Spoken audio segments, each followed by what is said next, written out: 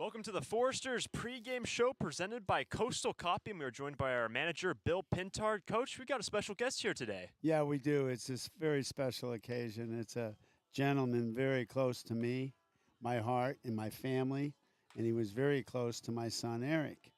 It's Coach Ben Soto. 25 years he's been coaching up at Kate. He also coached about 10 or 12 years at Carpinteria. He was my assistant coach in my first head coaching job. And we coached there at Carpinteria, and we try to put it together. Then we coach. Anyway, he's gonna talk a little bit.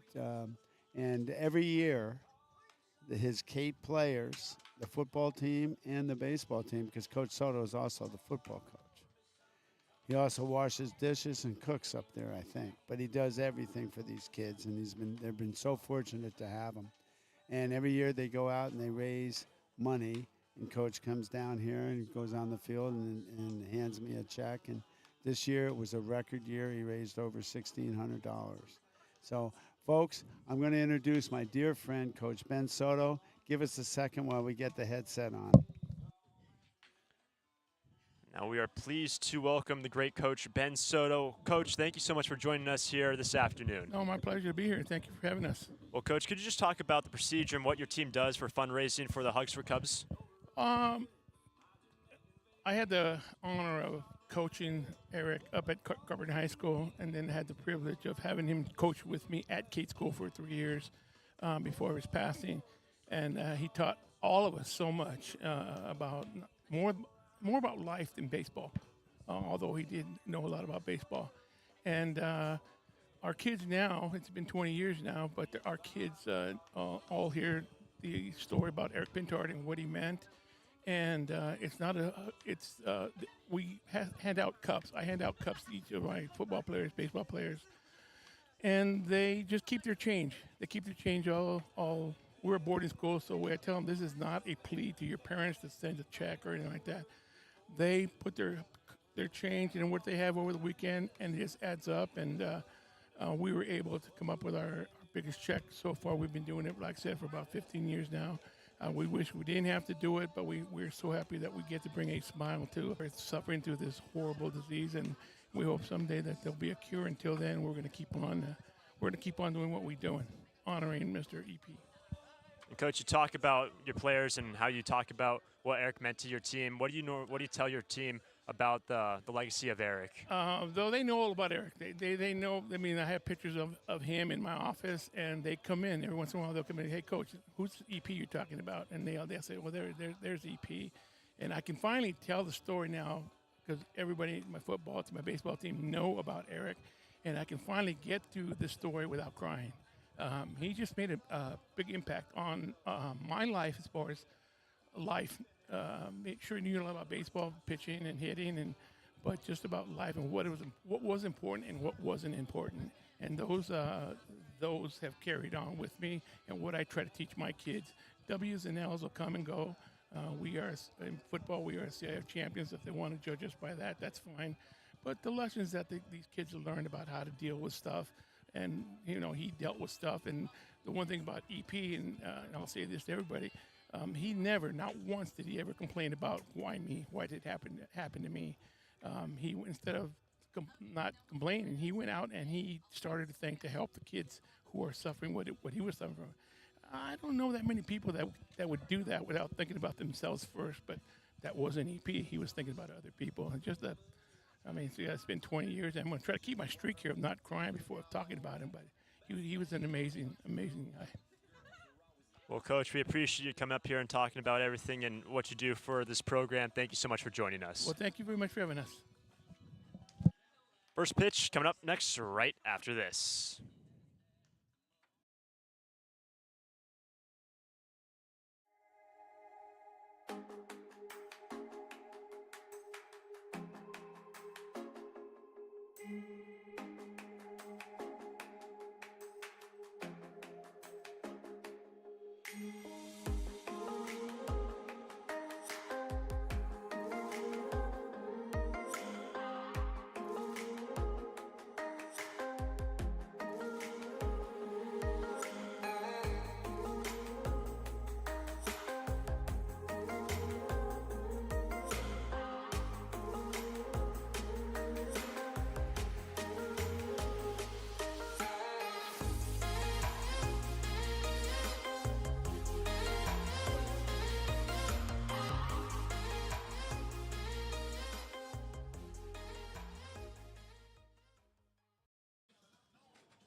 It is a beautiful day from Santa Barbara as the Foresters begin a 4-game homestand and welcome in the Conejo Oaks for game 1 of 2. Hello, I'm Hunter Shoemaker alongside Cole Walker, welcoming you to Santa Barbara High School. Well, the last time that the Foresters were out there, bested by the Academy Barons 7-2, but Cole, last time they played the Oaks, they lost 4-7. Yeah, Hunter, I mean, this is really a tale of two teams this season. You know, the first Foresters' first 4 games scored a total of 10 runs. In their last 3, they've scored a total of 28 runs. I mean, a massive shift. You know, the first 4 early on and putting those runs on the board has been really crucial for the Stars to kind of gain some run support, especially in that 12-11 win the other day. Looking at the starting pitching here this afternoon from Santa Barbara High School, the right-hander from Fresno State, Vic Ariola, will get his second start in his first outing. Went 4 innings, gave up 3 hits, 1 run, which was earned. He walked 1 and struck out 7. But the lineup here this afternoon for the away team, the Conejo Oaks leading off, and in right, Austin Carrillo to bat second, the center fielder Tommy Kendlinger to bat third, Austin Rubin batting fourth, Nick Leahy in the 5 spot, Tanner Beltelski batting 6th, Cooper Sheff in the 7 hole, Reeve Boyd to bat 8th, Landon West, and in the 9 hole for the Conejo Oaks, Alon Camarillo with Cole Fisher getting the start. Here comes Vic Ariola and the slice over the third base dugout for strike number 2, and Ariola ahead in the count 1-2 against the leadoff man for the Oaks. And the defense behind Ariola this afternoon, Nolan Souza is at third, TJ Pompey at short, D. Kennedy at first, Dominic Smaldino at first. Here's the 1-2 pitch to Carrillo, and Carrillo swing and a miss, and Ariola has his first K of his outing. Now batting, number 20, center fielder Tommy Kendlinger. Good breaking ball from Vic, and he has sat down the first man he faces. Dylan Maxey will be behind the dish catching for Ariola this afternoon, and in the outfield, Jack Holman is in left. Jonas Sebring having a great debut to his season in center. Jackson Freeman out in right for the Stars. One away, bases clear, first pitch, and that's down the middle from Ariola to Tommy Kendlinger for a strike. Kendlinger on the year, 400 average, 8 for 20, sees the 0-1 pitch and sends it sharply into the fence into the right of home plate. 0-2, and Ariola, small sample size, but he's getting ahead and counts early. Yeah, I mean, you're going to see a wide variety of pitches for Ariola today. He's got 5, and he's going to mix them all pretty consistently. He's rocking with a fastball, cutter, slider, curveball, and a changeup, and that's what makes him so deadly. You know, he can hit you from everywhere on the mound and be pretty consistent with those pitches as well. Goes with the fastball in that last one to Kendlinger, missing high, 1-2. Justin Rubin will be on deck for the Oaks, 1 away, and the base is clear here in the first. You don't often see a 5-pitch arsenal for any given pitcher, but here's the 1-2 pitch, and there's that slider it looked like from Ariola, 2-2. You know, looking ahead early, obviously I mentioned before, offense has been a fantastic kind of additive the last 3 games, but it really, the base of this entire team is their defense and fantastic pitching staff. Here comes a 2-2 to Kendlinger, and Kendlinger. For Jim Buckley. When I'm not telling you who's batting for the Stars, I write books for kids. Visit Chaucer's Books on Upper State Street and ask for my new graphic novel biography of Amelia Earhart. Applies on a full line of Kyocera Task Alpha digital MFPs, and thanks to the latest in Kyocera mobile and cloud technology, we offer Kyocera's mobile print app, which allows you to access documents through your smartphone or tablet. Call us today to schedule your free assessment and quote. You'll see a difference because we go the distance. Call 1-800-995-8835. We're Tammy and Scott from Draftsman Ale Works here in Goleta, California. For me, making beer is a dream come true. Seeing the community come together in our brewery is a fantastic feeling. Community West Bank has trusted and believed in us from the very beginning. Not only have they helped us by getting to where we are today, but they're helping us lay a path for where we want to go. We count on them. The community counts on Draftsman Ale Works to bring people together. We're glad they count on us. Community West Bank, member FDIC. We head to the bottom of the first inning from Santa Barbara High School. No score with Cole Fisher, the right-handed pitcher, getting the start on the hill for the Oaks. The lineup this afternoon for the Foresters, D. Kennedy will lead things off to bat second. Jonas Sebring batting third. TJ Pompey in the cleanup spot. Nolan Souza to bat fifth. Nick Sanders as a DH. Batting sixth, Jack Holman in the 7th spot. Dylan Maxey making his debut. To bat 8th, Dominic Smaldino. And in the 9 hole, Jackson Freeman for the Foresters. And Kennedy had a phenomenal game on Sunday against the Barons. Yeah, you said it, Hunter. I mean, 3 for 4, having 3 RBIs and a solo shot to left in the bottom of the 8th. Just a massive contributor in last night's win. Or excuse me, Sunday's win. Cole Fisher on his first pitch and misses in a D. It's ball one. Kennedy now in the year. He's got 3 hits. 1-0 pitch. And Kennedy checks swing, and Fisher dealing early, but it misses on the fastball. Ball 2. And Cole Fisher, who plays at Marysville University in Pennsylvania, sends in the 2-0 pitch, and this ball is over. Chopped up the middle, charging the second baseman Leahy. The throw to first will not occur, and as a result, D. Kennedy, the infield single, and Kennedy aboard. Yeah, Kennedy's starting to see the ball really well as this season is progressing. It's very fun to watch, and he's becoming a really comprehensive player both on offense and defense. In the last game, 3 for 4, just a triple away from the cycle. Those 3 runs batted in. Fantastic work from D last game against the Barons. But the leadoff knock now for the Sturs to bring up Jonah Sebring, playing only in his 3rd game. But what a start it has been for Jonah. Man, here's first pitch, and a slider finds the strike zone, 0-1. And when talking to Coach Bill Pintard after the win on Sunday, he obviously was complimentary about both D. Kennedy and Johnny Rodriguez being the largest contributors to 4 RBIs, but he also was really made a point to mention Jonah Sebring and a lot of the other guys that were more role players than anything else, kind of putting guys in place and running well and kind of putting themselves in a good situation to win. Fisher on his second pitch, missing off the fastball, 1-1. Sebring, in his 2 games being played, he's 5 for 7.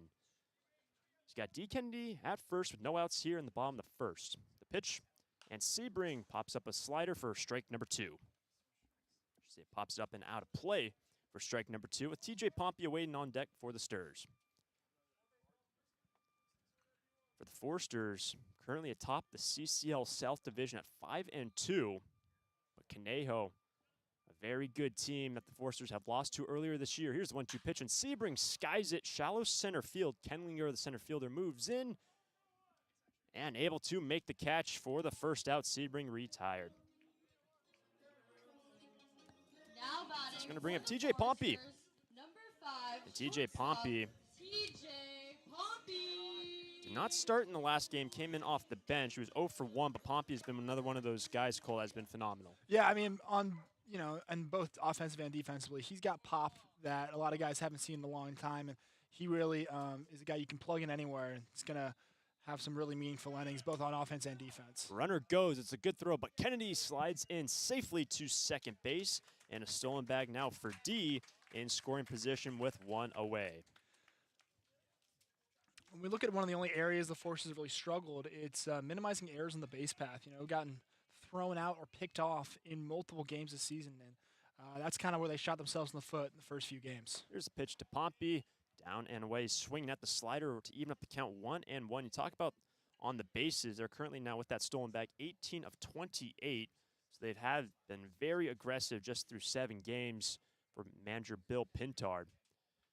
There's 1-1 pitch coming in to TJ, and crazy swing from TJ. It's strike 2.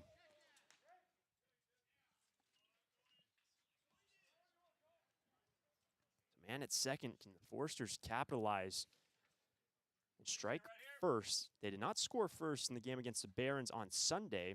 Conceded the first run in the second. Opportunity here. Cole Fisher comes set. 1-2 pitch. Pompey sees a fastball high. 2-2. When you talked about getting kind of caught on the bases this entire season, I mean, they got the guys. I mean, they're not hesitating, which is fantastic, but you got to remember, you don't want to overplay your hand, especially with guys in scoring position. Here's 2-2. And TJ swing and a miss, and he is retired. And Cole Fisher has his first strikeout, 2 gone in the bottom of the 1st.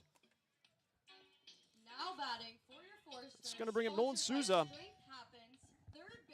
Cleanup man still Kennedy at second base here in the bottom of the 1st. Nolan Souza was 1 for 4 on Sunday with a walk. In a place from Arkansas in just a matter of time. You see him taking BP. It almost looks like a home run derby for him. Well, and Bill Pintard mentioned before, especially after that game, he's putting together really good at-bats. You just got to kind of close the window and put a few more balls in play, and good things will happen. First pitch missing away to Nolan. That is ball 1.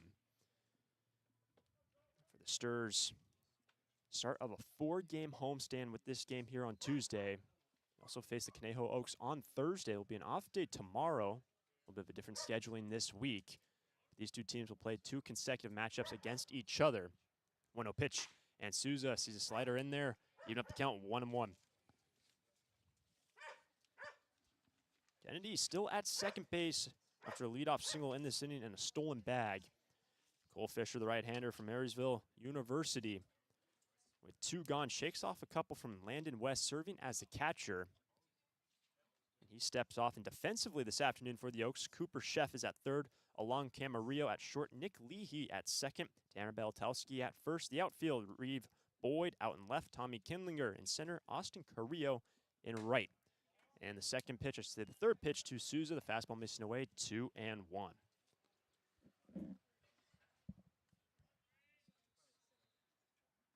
Souza puts something in play. And Kennedy, we've already seen him with that stolen bag. He's got good speed. Trying to strike first here in the opening inning. 2-1 pitch. And Souza takes a strike from Fisher. 2-2. Well, in the past few games, too, a big reason why the offense has really kind of gotten kickstarted is the better at bats. You know, even here, 2-1, taking a few pitches isn't bad, especially when you're waiting on the one for you. If Souza is able to. Years, the Santa Barbara News Press Reader's Choice Poll has awarded Tremblay Financial Services recognition for the financial guidance they provide their clients. Tremblay Financial Advisors continually educate their clients with new options and financial planning tailored fit to you. For more information or an appointment, call 569-1982 or log on to tremblayfinancial.com. Securities and advisory services offered through Centaurus Financial Inc., member FINRA and SIPC, a registered investment advisor. Tremblay Financial Services and Centaurus Financial are not affiliated companies. Investing involves risk, including potential loss of principal. No investment strategy can guarantee a profit or protect against a loss in periods of declining values.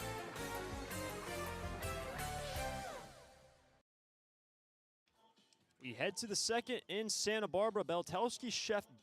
That's for certain. I mean, he was able to mix in his curveball and his changeup as well as really setting his high fastball. And that's the best thing about Victor. You know, his diversity within his pitching and the fact that he's able to work around counts, especially even when getting down 2-1. And here comes a man, first baseman for the Oaks, Tanner Beltowski. Plays for Westmont College and a number of Westmont Warriors on the roster as well for the Foresters. He will lead things off. The first pitch, and looked like fastball low in the zone for a strike. 0-1 to Beltowski.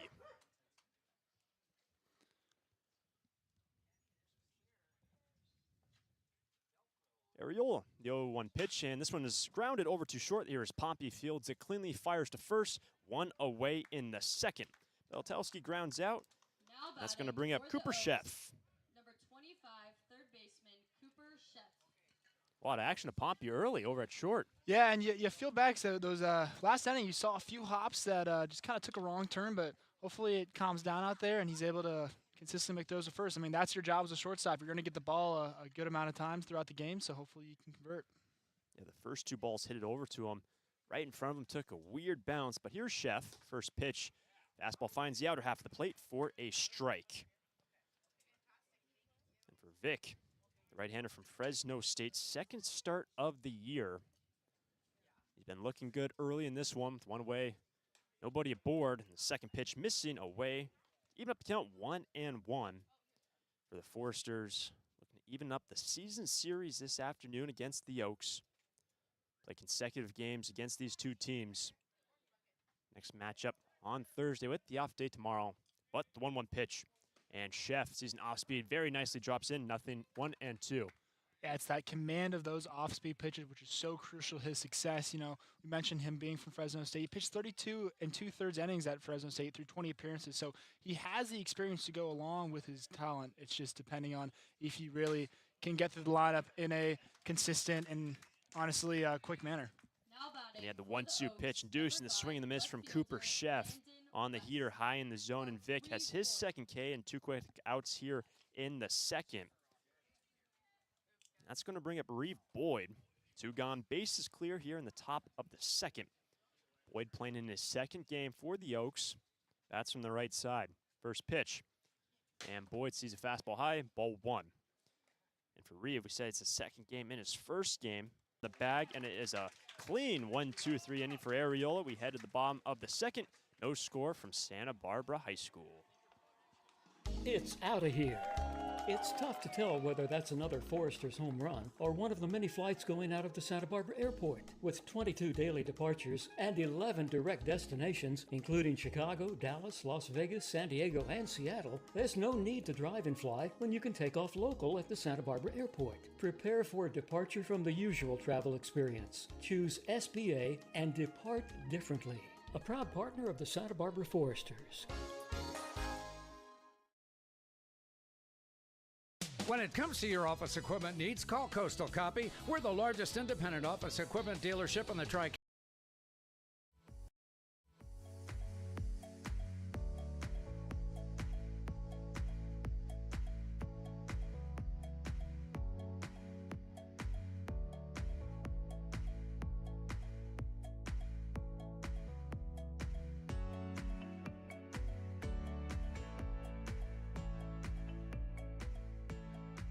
Jack Holman, Dylan Maxey due up for the Sturs with Cole Fisher. Some good stuff in his first inning. No score going to the bottom of the second. Yeah, and hopefully Nick Sanders, the fun thing about this lineup is that guys like Nick Sanders, you can kind of plug in anywhere. Right now, DHing today, but also is a fantastic catcher and can even play first base for the Sturs. Here's the first pitch, and stand that lineup. Comes a 2-0 pitch. Sanders takes low, and he's quickly ahead 3-0 against the starting pitcher for the Oaks, Cole Fisher. On deck will be Jack Holman for the Sturs. Here comes the 3-0 offering. And Nick chops it foul down the third baseline. Had the green light, 3-0, strike one.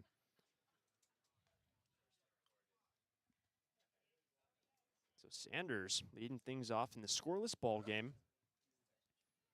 Game one of a 4-game homestand this week for the Foresters. 2 games against the Oaks. Fisher moving quick.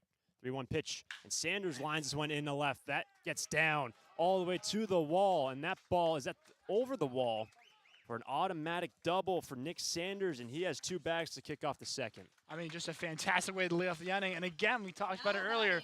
Guys having good at-bats and creating fantastic situations for themselves, okay? Starting 3-0. Swinging on that 3-0 count, putting himself in a good situation. That's exactly what you need to do. And hopefully, with Holman coming up, can really add some numbers early on to the Forester scoreboard. 2 quick knocks already in this ball game for the Sturs, and they've had 2 leadoff hits. D. Kennedy kicked off the ball game with a single, and it's now Nick Sanders. That ball hops over the left field wall for a rule book double. It's going to bring up Jack Holman. Bats from the left side, first pitch. And this one is fouled over the third base dugout. That is strike number 1 for Holman. Sturs looking to strike first this afternoon. Leadoff man in second. Dylan Maxey also awaits on deck, who's making his debut this afternoon. But Cole Fisher under some pressure. The 0-1 pitch to Holman. And Holman sees a fastball high, 1-1. As guys start to kind of transition to the summer season, obviously collegiate league's kind of winding down, especially with the College World Series currently going on. Guys start to get more comfortable with the game pattern and everything. They're going to start to hit better, and that's what we're starting to see as the season goes along. Again, we're early on, only about 8 games in, but we're starting to see some success from the Foresters. 1-1 pitch. Holman fouls it behind home plate for strike number 2. And for Holman, playing in his 4th game this afternoon, hitting over 500 in the small sample size, but 4 for 7. A lot of good production from Jack.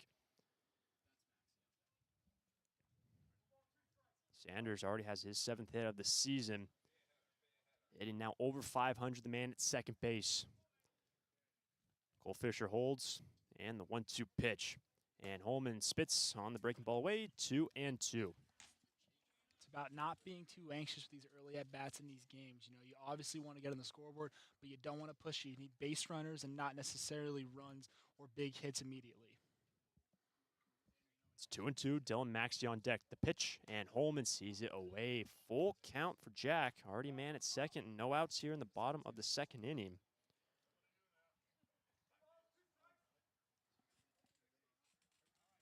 Can Holman reach base? He's done phenomenally in the early goings of the season. As Fisher looks into Landon West, his catcher. Shakes off a couple. Big pitch. And the third strikeout already for Cole Fisher. It's a good-looking pitch. You know, a backdoor slider. It's going to have hitters guessing all night. Hopefully the Foresters can kind of dial in and about 2 or 3 times through the lineup, but we'll see. So Holman down for the first out here in the second. That's going to bring up the man making his debut, Dylan Maxey. Still a man at second base. First pitch and the slider inducing the swing and miss for strike number 1. And for Maxey, plays for Texas Tech, a Texas native. Stands in for the first time this season. Recently activated for the Foresters. One away, man at second. The 0-1 pitch. Maxey sees another slider. This time he misses away. 1-1. 3 consecutive sliders thrown by Fisher. You know, obviously that's the pitch he's most likely comfortable with at this point in the game. Some guys, you know, start out with a fastball and transition to their breaking balls later on, but other guys know their stuff early and they consistently stick with it. 1-1, and Maxey sees another off-speed. Misses inside this time for ball 2. Some pitchers, too, you have, you know, early on are really going with the fastball to try to get their mileage per hour up. You know, other pitchers recognize they're not necessarily going to throw the hardest, but they have better off-speed stuff to kind of fool batters in between. 2-1 missing in again from Cole Fisher. BP in practice, Small Dino can tear the cover off the ball when he wants to. He just has not had the best at-bats at the start of the season. Hopefully as he kind of, you know, transitions into summer ball and really gets a little more comfortable with the situation, he'll start to hit a little bit. 2 aboard, only a single out. Foresters looking to strike first. First pitch, Smaldino sees that slider in the upper half of the zone for a strike. And Smaldino, you alluded to it, he's 2 for 11, hitting under 200 early. It's just a matter of time for him. The big man for the Sturs. This inning. 0-2 pitch. Smaldino leans away from it, gets past West, and as a result, both base runners advance to third. Sanders goes, and Maxey goes to second, likely on the pass ball. Yeah, that's a gift right there, and if you're Smaldino, you really want to capitalize because this opportunity will not come around too often, especially against a good ball club like the Oaks. That ball just missing in, and Landon West unable to get the glove on it. It's 1-2. Now 2 in scoring position. Big opportunity here for Santa Barbara. The pitch, Smaldino swing and a miss on the slider, and the 4th K of the day for Fisher. 2 gone in the second. For the Sturs, number 13, right fielder. Been pretty much consistently in that 9 hole for the Foresters. Obviously, Coach Bill Pintard likes him there. He likes the production he's going to get at the bottom half of that lineup. You've obviously seen different guys kind of switch in and out, but Freeman's stayed pretty consistent within his order. 1-0 pitch, and Freeman lines this one over the head of the first baseman. That's a base hit. From Fisher, nothing and 1. Kennedy, a perfect example of a guy that took his opportunities when they were handed to him, especially last game. Multiple opportunities where guys were on base or in scoring position, and he made it happen. It wasn't necessarily the prettiest of hits, but he got it done. Again, going 3 for 4.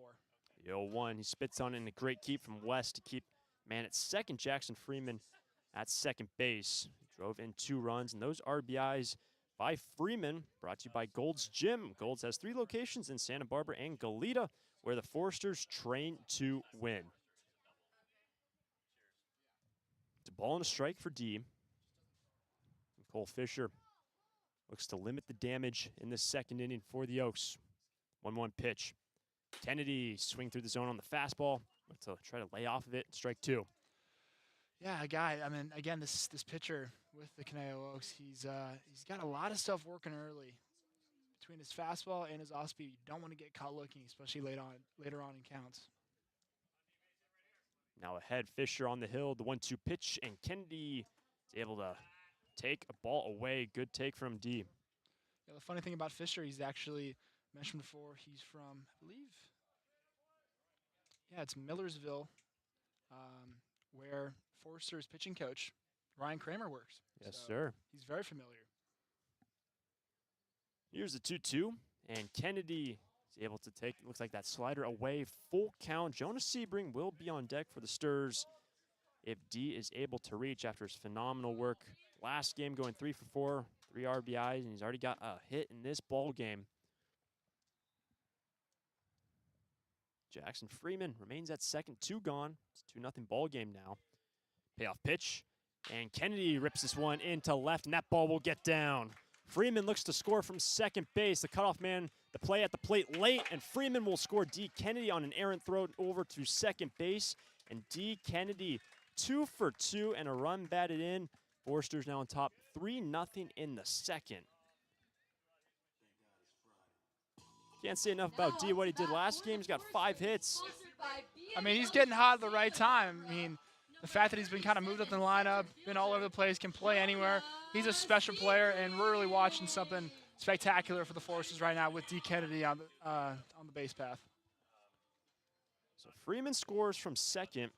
A 3-run inning now for the Sturs on top 3-0. It's going to bring up Jonas Sebring with the conversation. David Solis peering out of that third base dugout. Conversation completed with Landon West now exiting the hill as well. Jonas Sebring in his third game now. He's currently 5 for 8 in his time with the Foresters, and he's been one of those guys that has been absolutely lighting it up. And he also had 2 walks in the last game as well. Yeah, I'm sure that conversation was, don't give him anything he can hit, because this guy will make you pay for it, especially with guys on base. Absolutely, with 3 runs in. Limit the damage. Here's the first pitch, missing down and away on the fastball. 1-0. Even since we saw Sebring potentially walked in his first game. So he's 5 for 8 with 4 walks in his first 2 games. And it's second, 2 gone. 1-0 pitch. And Sebring lays off a fastball, but it's called a strike, 1-1. Sebring did not like that call. However, the fastball high has been working all day, so you got to kind of adjust. Sebring in the first, he flew out into center, trying to score Kennedy at second. Keep the line chugging along here in Santa Barbara. 1-1 pitch. Sebring ripping a miss, strike 2. Sebring is able to reach. TJ Pompey awaits on the wings. This nice day from Santa Barbara. It's mostly sunny. 74 degrees. Winds out of the south-southwest. Currently swirling around, going out towards center field. Here comes the 1-2 pitch to Jonah. And Sebring fouls it off, stays alive. Kennedy remains at second base. He's already got a stolen bag here this afternoon. That was in the first one. He had a leadoff knock. He was stranded at second base after the next 3 retired by Cole Fisher. Fisher, he's given up a couple hits, 4 hits, but he struck out 4. Also given up a free pass based on balls. 1-2 pitch, and Sebring takes strike 3. Outer half of the plate called by our home plate umpire, and that is the 5th K of the day, but Sebring goes down looking to end the inning. But the Sturs, they push in 3 in the second. We go to the 3rd inning from Santa Barbara. The Sturs on top 3-0 over the Oaks.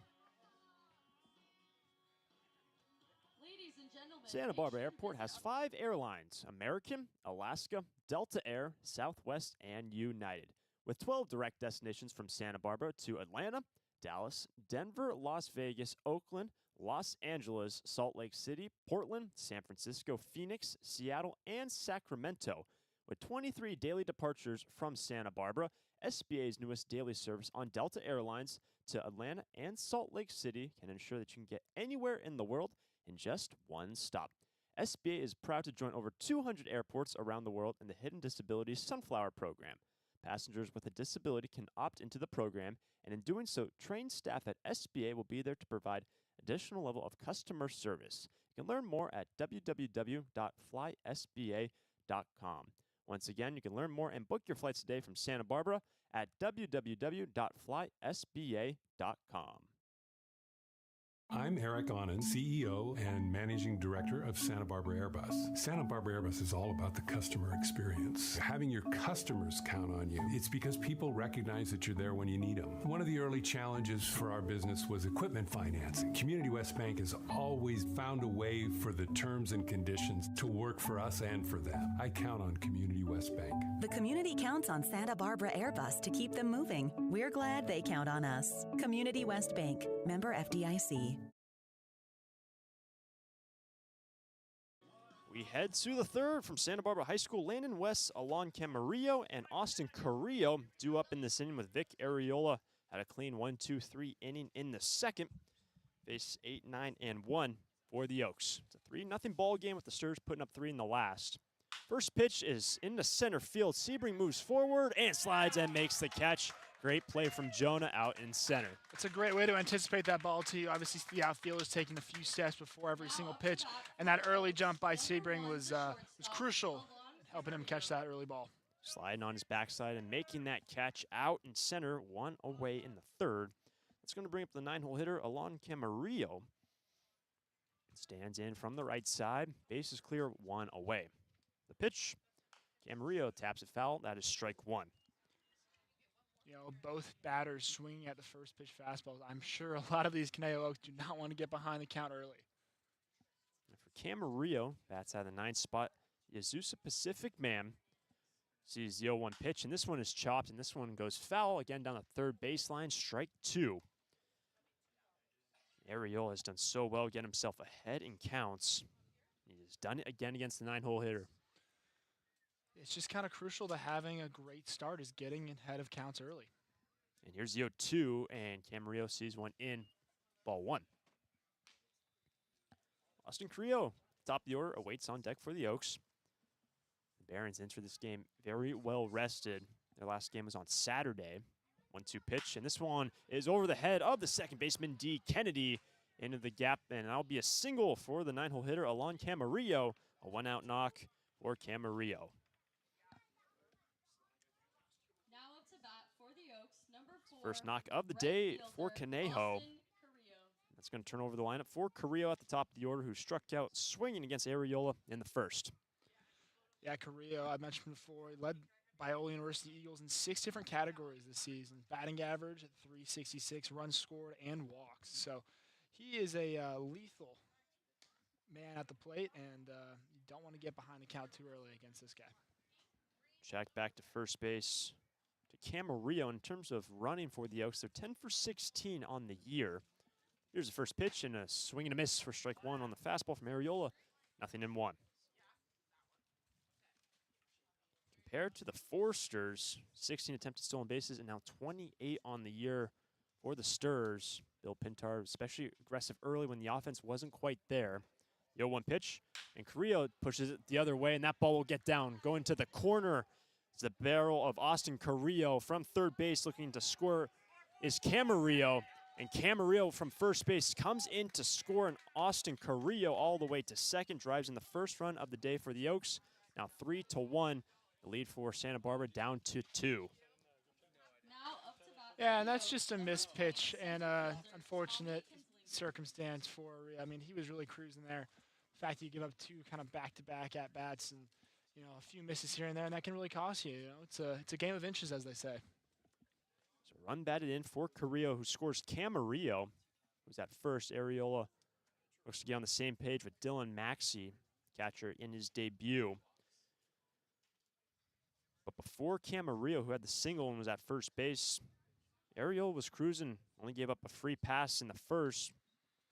And besides that, took care of business going through the order. Well, in this game, like they say, your luck can change that quickly. 1 out here in the top of the third, a run in for the Oaks. It is 3-1 our score.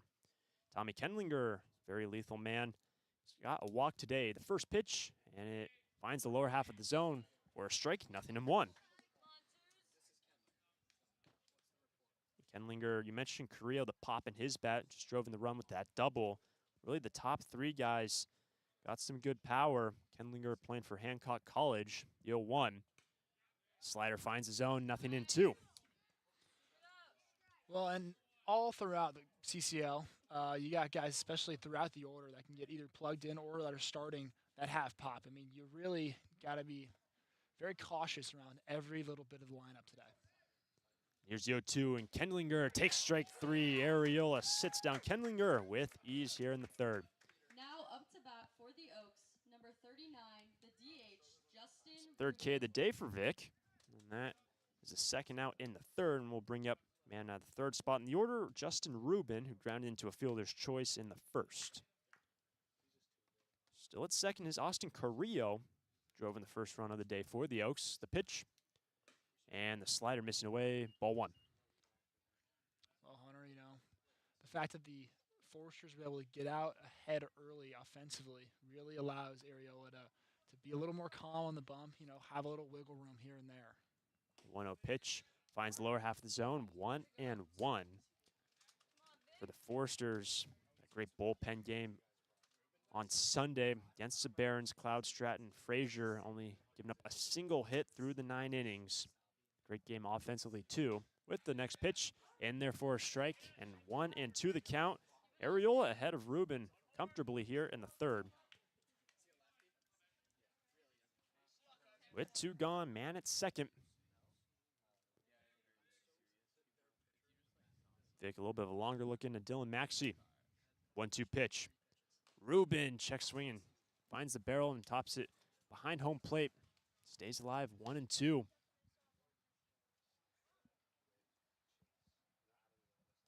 If Ruben is able to reach down the count, Nick Leahy awaits on deck for the Oaks. But 2 gone, top of the third. The 1-2 pitch to the DH. Ruben sees a cut fastball high, 2-2. Sure, Ruben was a little scared on that one. The umps zones have been a little inconsistent to start this game. You really can't be too careful at the plate. It's now 2-2. Man at second, the pitch. And this one is rolled over to second base D. Kennedy fields it and over to first to retire the side. 2 hits given up by Ariola and a run scored by the Oaks. We go to the bottom half of the inning. 3-1, our score. Sturs on top. Take me out to the ball game. Take me out to the bookstore. Hi, this is Foresters Hall of Fame member Jim Buckley. When I'm not telling you who's batting for the Sturs, I write books for kids. Visit Chaucer's Books on Upper State Street and ask for my new graphic novel biography of Amelia Earhart or any of the great books I've written in the Who Was biography series. Titles include Muhammad Ali, the Wright Brothers, Blackbeard the Pirate, Roberto Clemente, and many more. Thanks for your support of reading for kids and the Foresters. Need a new copier for your office? Coastal Copy is the original copier dealer in the Tri-Counties and your authorized Kyocera dealer, offering complete sales, service, and supplies on a full line of Kyocera Task Alpha digital MFPs. And thanks to the latest in Kyocera mobile and cloud technology, we offer Kyocera's mobile print app, which allows you to access documents through your smartphone or tablet. Call us today to schedule your free assessment and quote. You'll see a difference because we go the distance. Call 1-800-995-8835.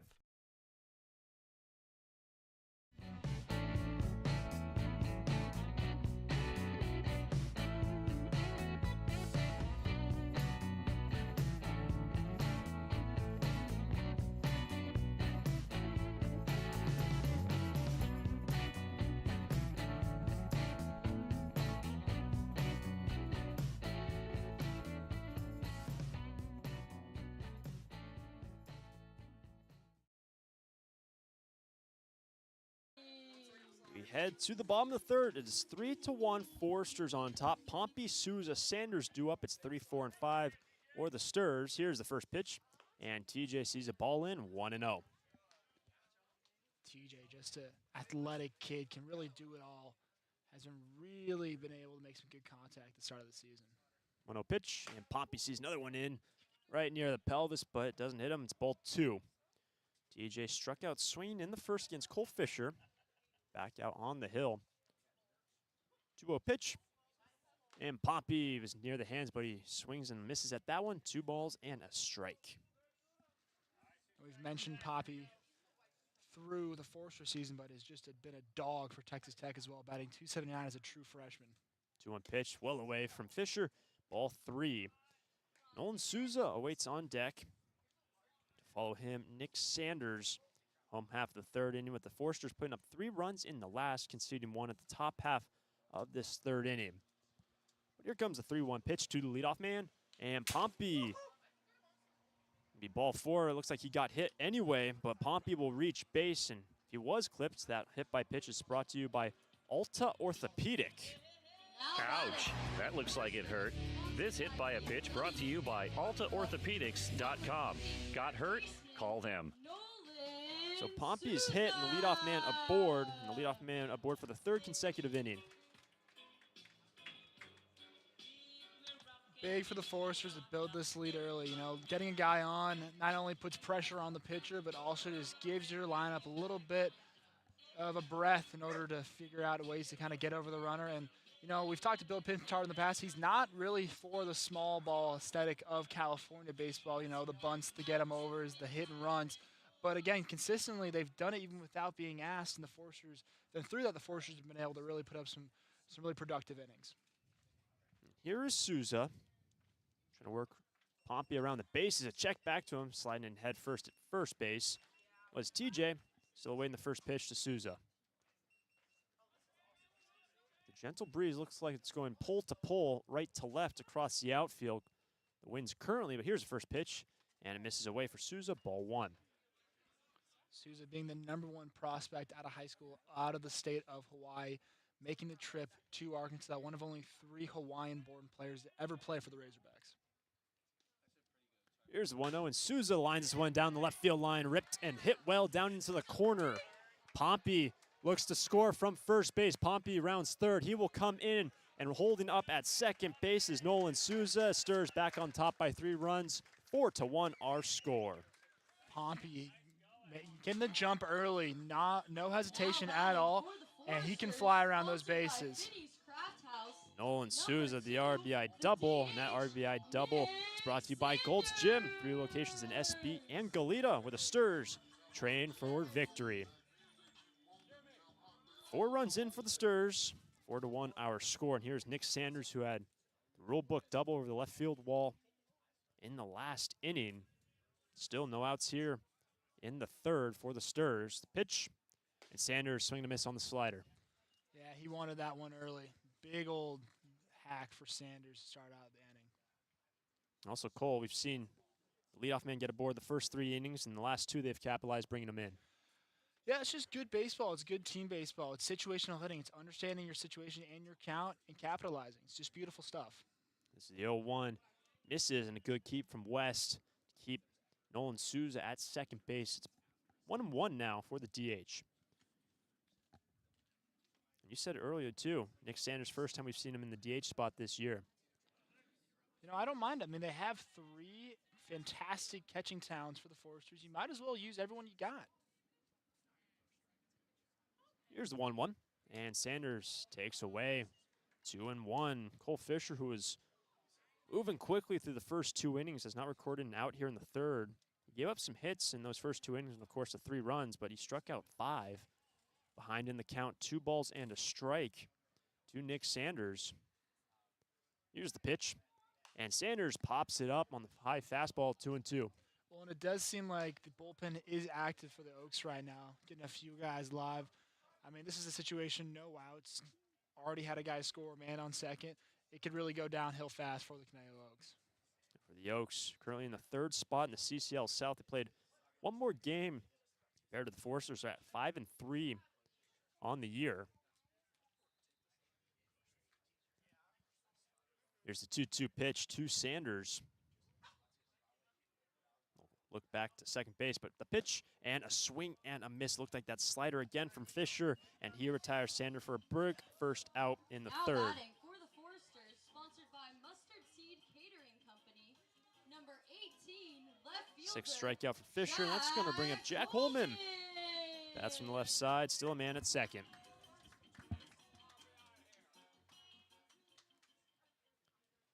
Holman struck out looking in the second. Looks to score Souza and put something in play. First pitch. Holman pops it up just to the left of home play. That is strike 1. Yeah, Holman really trying to get in front of this count early. He does not want to have to face Fisher's kind of backhanded slider or his curveball that's really been working early. You'd much rather see a fastball than a changeup in any type of situation. TJ Pompey has scored a run in this inning. Bottom of the 3rd, 4-1 our score. Here's the 0-1 pitch. Holman fouls it behind home plate. Strike number 2, and he's quickly down 0-2 against Cole Fisher. Also for Cole Fisher, it's already his 2nd start, but his 3rd appearance. Typically for some of the stars we have seen, it's just their 2nd start, but it is his 3rd appearance, even though he's only pitched 4 innings entering this ball game. 1 away, man at second, and a run in for the Stirs. See what he goes with here to get on the same page with Landon West. The 0-2 pitch to Jack Holman. Holman spits on it, down low, good take.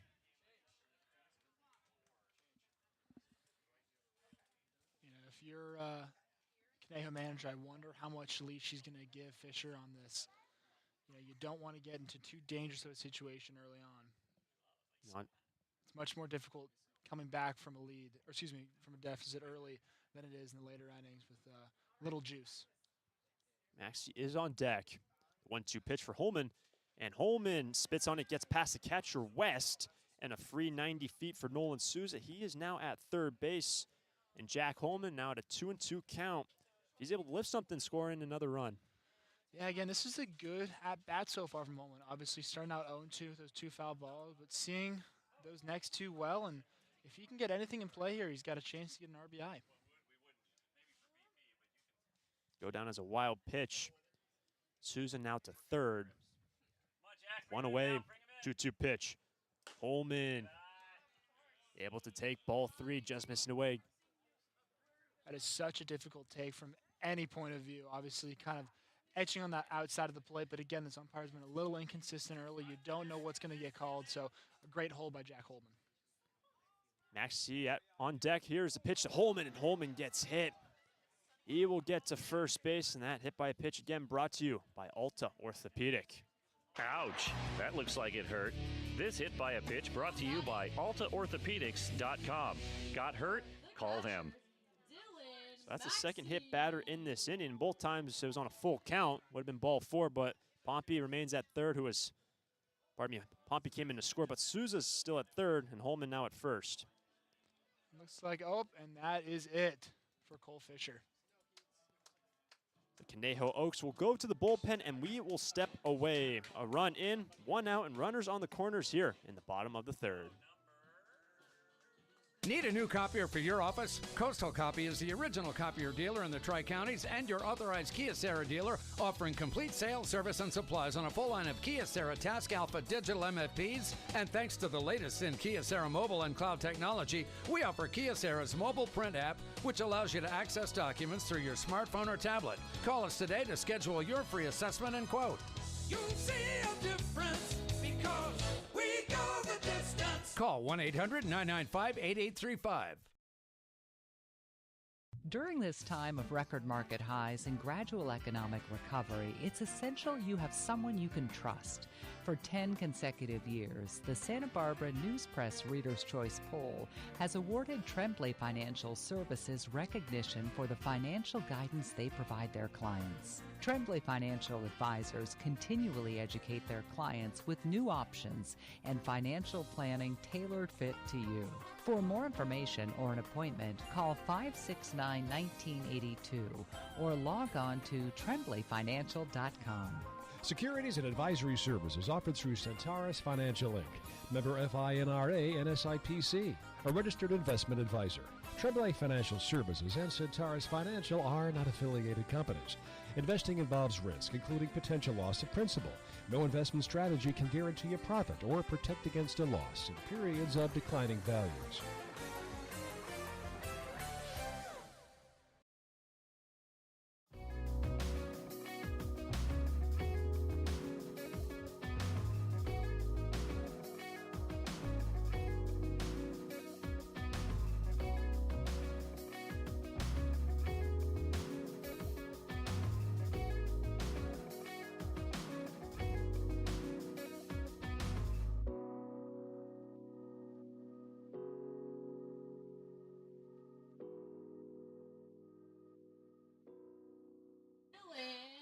The pitching change for the Oaks is going to bring in Nate Hernandez, the right-handed pitcher from Oxnard College. He's going to face Dylan Maxey, but runners on the corners with only a single out here in the third. Yeah, Nate Hernandez coming in with 73 innings pitched last season for Oxnard College for the Condors. Only had a 2-7 record and started about 12 games, so he had ample opportunity from both the bullpen and a starting perspective. Not necessarily the best season, but hopefully looking to turn it around this summer. Aaron's 2 runners. The first pitch to Maxey, and it misses low for ball number 1. Currently for Cole Fisher, the starting pitcher for the Oaks, went 2 1/3, gave up 5 hits. We'll have to see about the runs for Souza, who's at third, and Holman at first. He'll be responsible for them. He walked one and struck out 6, the starting pitcher for the Oaks. Here comes a 1-0 pitch to Maxey, and Maxey sees a ball in 2-0. Yeah, Dylan Maxey just being activated, like you mentioned, for the Foresters, but at Texas Tech was a dog. 349 average with 86 at-bats and 25 RBIs in the year. I mean, that's impressive for the junior. It's ahead in the count, 2-0. Maxey over too short. Camarillo fields it. There's one at second. Will it be 2? It will be 2 runs. And to get out of the inning, the double play turned the 6-4-3 by the Oaks. Maxey grounds in that double play, and that's one way to get out of the inning for Nate Hernandez. And we head to the 4th. Santa Barbara on top 4-1 over the Oaks. We're Tammy and Scott from Draftsman Ale Works here in Goleta, California. For me, making beer is a dream come true. Seeing the community come together in our brewery is a fantastic feeling. Community West Bank has trusted and believed in us from the very beginning. Not only have they helped us by getting to where we are today, but they're helping us lay a path for where we want to go. We count on them. The community counts on Draftsman Ale Works to bring people together. We're glad they count on us. Community West Bank, member FDIC. It's out of here. It's tough to tell whether that's another Foresters home run or one of the many flights going out of the Santa Barbara airport. With 22 daily departures and 11 direct destinations, including Chicago, Dallas, Las Vegas, San Diego, and Seattle, there's no need to drive and fly when you can take off local at the Santa Barbara airport. Prepare for a departure from the usual travel experience. Choose SBA and depart differently. A proud partner of the Santa Barbara Foresters.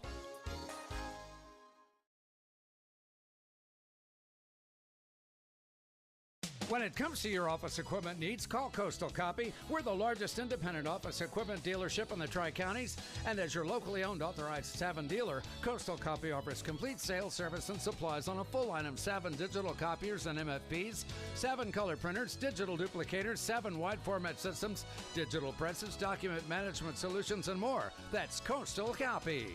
You'll see a difference because we go the distance. Call 1-800-995-8835. We head to the 4th from Santa Barbara High School. Nick Leahy, Tanner Beltowski, Cooper Sheff due up to face Vic Areola for the second time in this 4-1 ball game. Yeah, Areola showing some grit last inning, getting out of that early jam, allowing those first 2 runners to reach. However, really bearing down and getting those late outs. Here's the first pitch. And Leahy, he takes a ball missing the zone from Areola, 1-0. Leahy grounded out to short in the first. Second look at Vic this afternoon. Here's the 1-0 pitch. And Leahy sends this one past the shortstop into center field. No, it's picked up by the shortstop. TJ Pompey, what a move. Lost that baseball. It was in the glove of Pompey. That's where it went. Wow. Talk about a heck of a play. That's Brandon Crawford out there at shortstop right now. That's amazing. TJ Pompey, what a move over at short. Heck of a defensive play. Saw how far he traveled to scoop up that baseball. One away in the top of the 4th to bring up Tanner Beltowski. Takes a slider for a strike. I mean, we got to talk about that play again by TJ Pompey. Wow, wow, and more wow. Doing it every place around the diamond today, both at bat and in the field. And Vic Areola, consecutive sliders, and he's ahead 0-2 against Beltowski, who also has a ground out to short this afternoon. One away, base cleared, the pitch, and a check swing, ball 1. Pompey, what a move over at short. Another check down to first base to see if Beltowski did go around. He did not. So it's 1-2. Cooper Sheff waits on deck. Areola tired the first man he faced in this inning. Here's the 1-2 pitch, and Beltowski takes another breaking ball away, 2-2. I think everyone here can see how well Areola's been painting the corners today. He's got to be a little more consistent with that fastball, and he's going to be just all right. 2-2 pitch, and Beltowski sees it low, full count. On deck will be Cooper Sheff. One away, and the base is clear. It's a 4-1 ball game. Stirs on top in the top of this 4th inning. Here's the 3-2 offering. And Beltowski takes it the other way. Jackson Freeman can't get there out in right field. That is a 1-out knock for Beltowski. Good piece of hitting from him. Now up to bat for the Oaks, number 25, third baseman, Cooper Chef. That's going to bring up Chef, the third baseman. Did not play this last season at Oregon, but in his debut this afternoon for the Oaks, first plate appearance, struck out swinging against Arriola. Vic currently has 3 Ks, giving up the 1-out single to Baltowski, who is now at first. A check back to the man at first base. Baltowski slides in, still waiting the first pitch to Chef. Yeah, what's going to be really interesting today is seeing how Arriola reacts to guys on the bag, making a little noise. Hopefully, he doesn't get too rattled. Here's the first pitch to Chef, and misses low. Dylan Maxey was ready to spring up and fire over to Smaldino at first. Didn't have a clean handle on the baseball. It's ball 1 to Cooper Chef. Chef standing in on the right side. The wind's currently dead here at Santa Barbara High School. 1-0 pitch. And this ball is chopped over too short. Holding his ground is Pompey. There's one at second base. Can they turn 2? They cannot. Chef will reach on a fielder's choice, but Beltowski thrown out at second for the force out. Good read from Pompey and D. Kennedy, our 2 middle infielders this afternoon for the Sturs.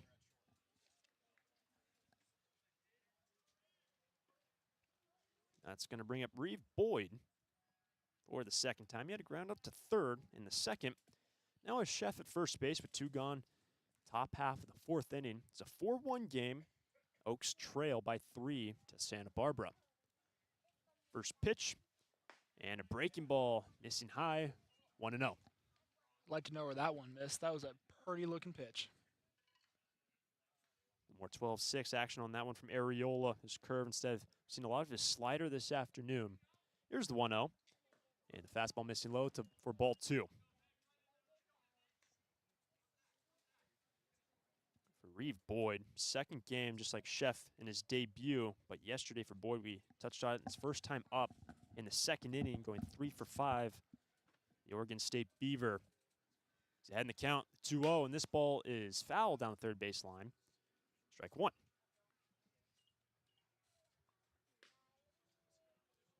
Funny thing enough, against these two, well, when you look at both of these teams, the Oaks won 3 straight games, and their game 1 of that 3-game winning streak was against the Sturs, and the Santa Barbara Foresters also on a 3-game winning streak.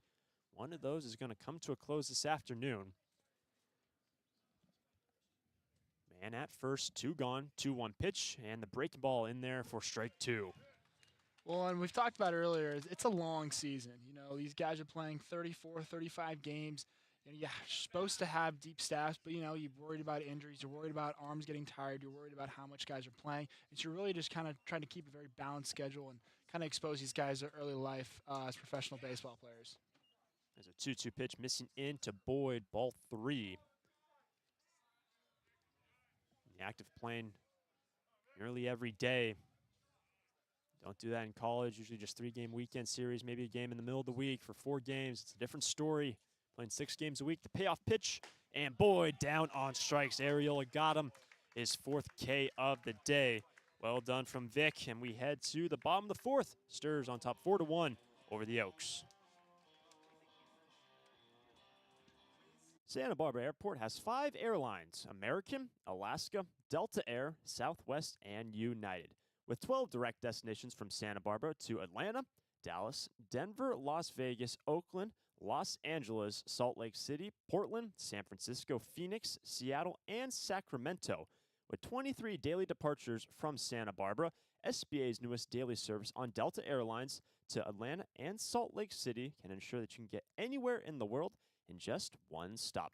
SBA is proud to join over 200 airports around the world in the Hidden Disabilities Sunflower Program. Passengers with a disability can opt into the program, and in doing so, trained staff at SBA will be there to provide additional level of customer service. You can learn more at www.flysba.com. Once again, you can learn more and book your flights today from Santa Barbara at www.flysba.com.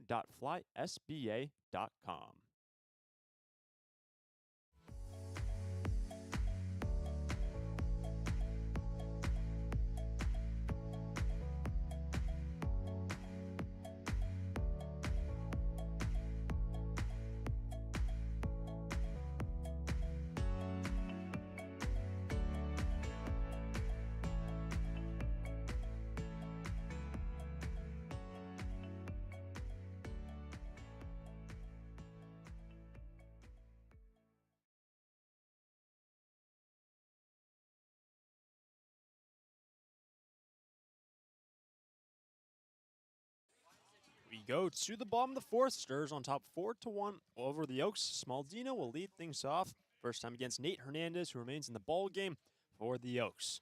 First pitch, and Smaldino, he takes a ball. Did he go? Checked down to first base. He did not. Ball 1. It's a good take by Smaldino. You don't want to get behind in the count too early.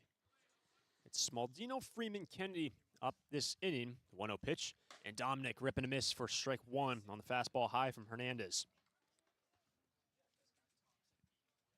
For Smaldino, he struck out swinging in the second. That was against Cole Fisher, the starter, who went 2 1/3. But now is Hernandez on the hill. 1-1 pitch, and it misses high for ball 2. You know, Spaldino throughout the season, he struggled trying to swing at that high pitch, being a little unlucky.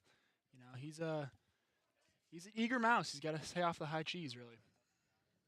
The 2-1. And Dominic fouls it back behind home plate for strike 2. And on deck is Freeman. Let's even count for the first baseman, Smaldino. And the wind's now picking up, blowing out towards the left center field.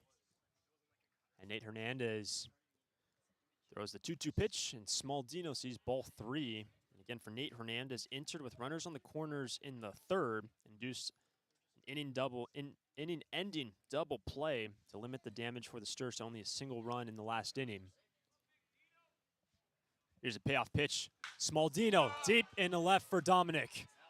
And that ball will actually stay in the yard, and there's Reeve Boyd out and left in front of the warning track. It looked like that went off the barrel. Smaldino gave it a ride. Stays in the yard. Yeah, half these patrons here, they were on their feet, and they were hoping for a bomb by Smaldino, which would have been a nice little kickstart for his Forester's career. Unfortunately, only had warning track power on that swing. Had a nice sound off the bat for Smaldino, that is for sure. But he flies out into left. And Jackson Freeman stands in. And this ball is flared up left side. The left fielder Boyd tries to move in, but it will fall for a base hit. And Jackson Freeman, the 1-out knock after Smaldino gave it a ride into left. And Freeman, he's 2 for 2. You know, bloop singles are still singles, Hunter. I'm pretty sure it's not the most flattering or flashy thing in the world, but I'm pretty sure any hitter in the world will take a bloop hit compared to a strikeout. So good stuff by Jackson Freeman to start out this game. Freeman, who had a 2 RBI double in the second, out the 1-out single, and the lineup will turn over for D. Kennedy. Here's the first pitch, and D, he takes a slider away, and for Kennedy, he is 2 for 2. You look back at the last game for Kennedy. It's been phenomenal all the way through. 3 for 4 in the last game, now 2 for 2 this game. Here's the 1-0 pitch, and Kennedy takes it low, ball 2. You know, we've talked about how eager Foresters have been when getting on base. You know, you don't want to overplay your hand too early here, though. You hope Jackson Freeman does have some speed on the bases, but you'd hope you don't get too antsy out there. Freeman at first with 1 away. 2-0 pitch, and Kennedy, he takes a strike on a slider, it looked like, from Hernandez. 2 balls and a strike for D.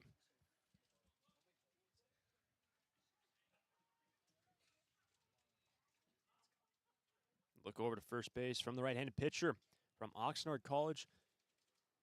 Here's the 2-1 pitch for Kennedy. Runner goes. Kennedy takes a ball low and trying to slide in head first at second, but they got him. Jackson Freeman caught stealing at second base for the second out of the inning.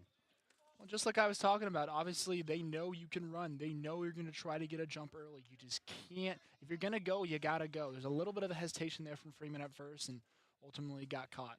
3-1 pitch. Kennedy sees ball 4. And D will reach base on balls. Third time aboard now for Kennedy. And that caught stealing bid from Freeman. The walk now worked by Kennedy. Only a single man aboard, but 2 gone now in the inning.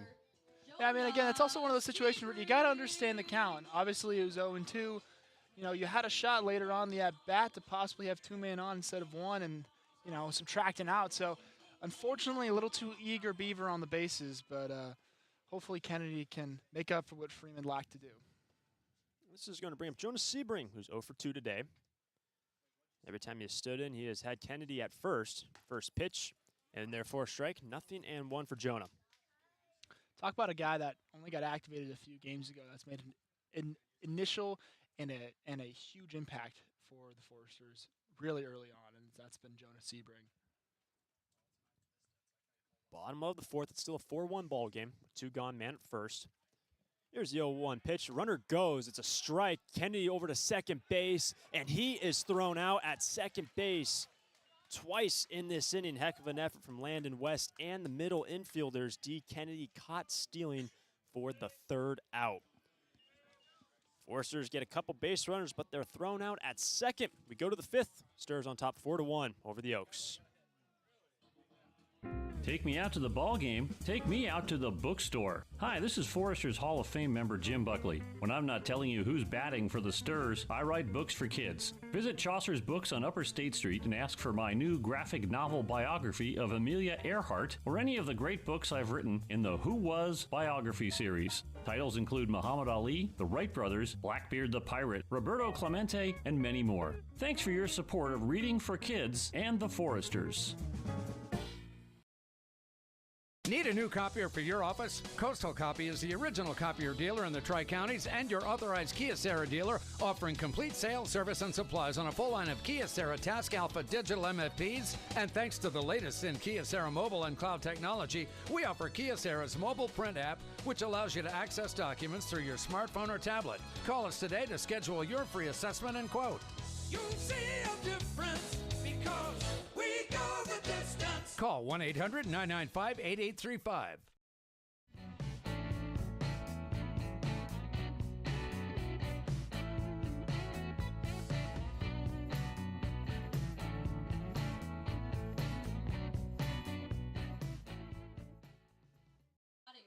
We head to the 5th inning from Santa Barbara High School, and the 5th inning brought to you by Finney's Craft House on Lower State Street.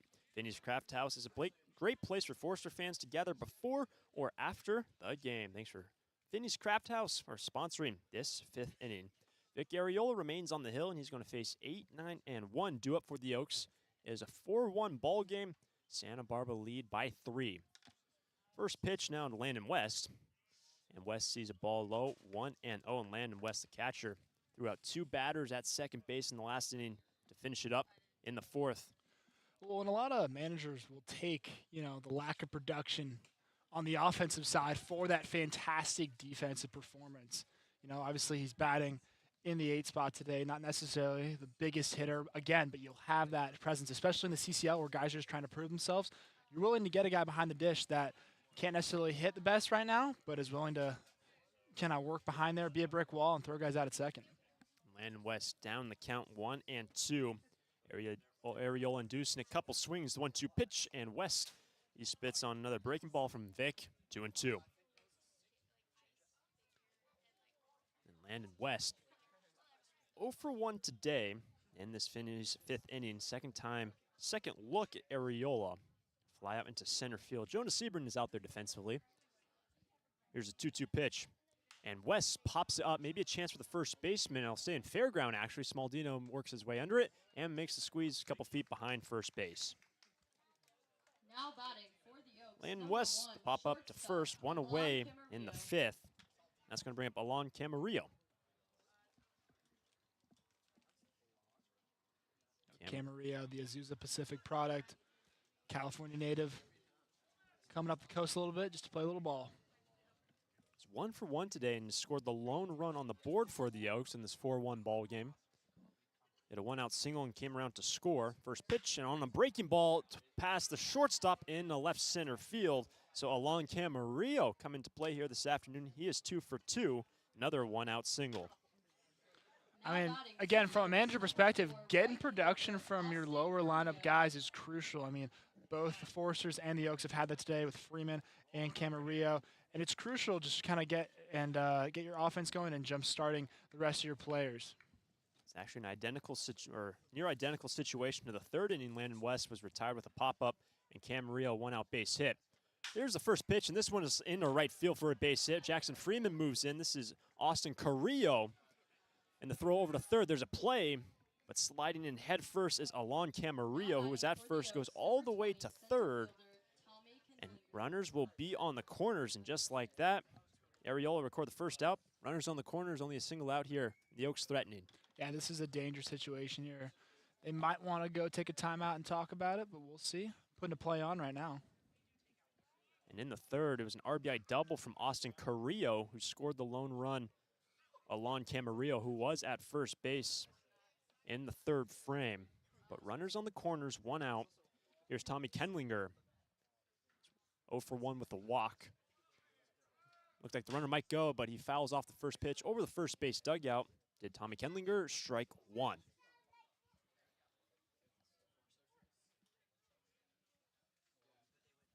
Arriola. It's the first time today where he's had 2 base runners behind him.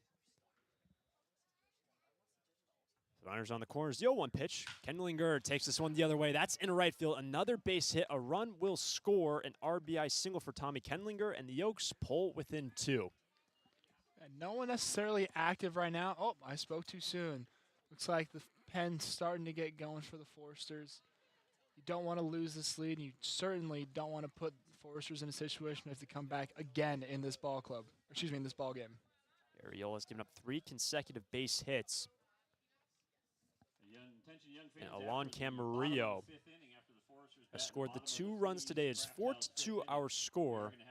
Now Arms getting up and ready in the bullpen, and Ryan Kramer appears out of that first base dugout to talk things over with his catcher and Vic Arriola. Pretty short conversation for the pitching coach. And he's going to now face Justin Rubin, the DH, with 2 aboard, only a single out.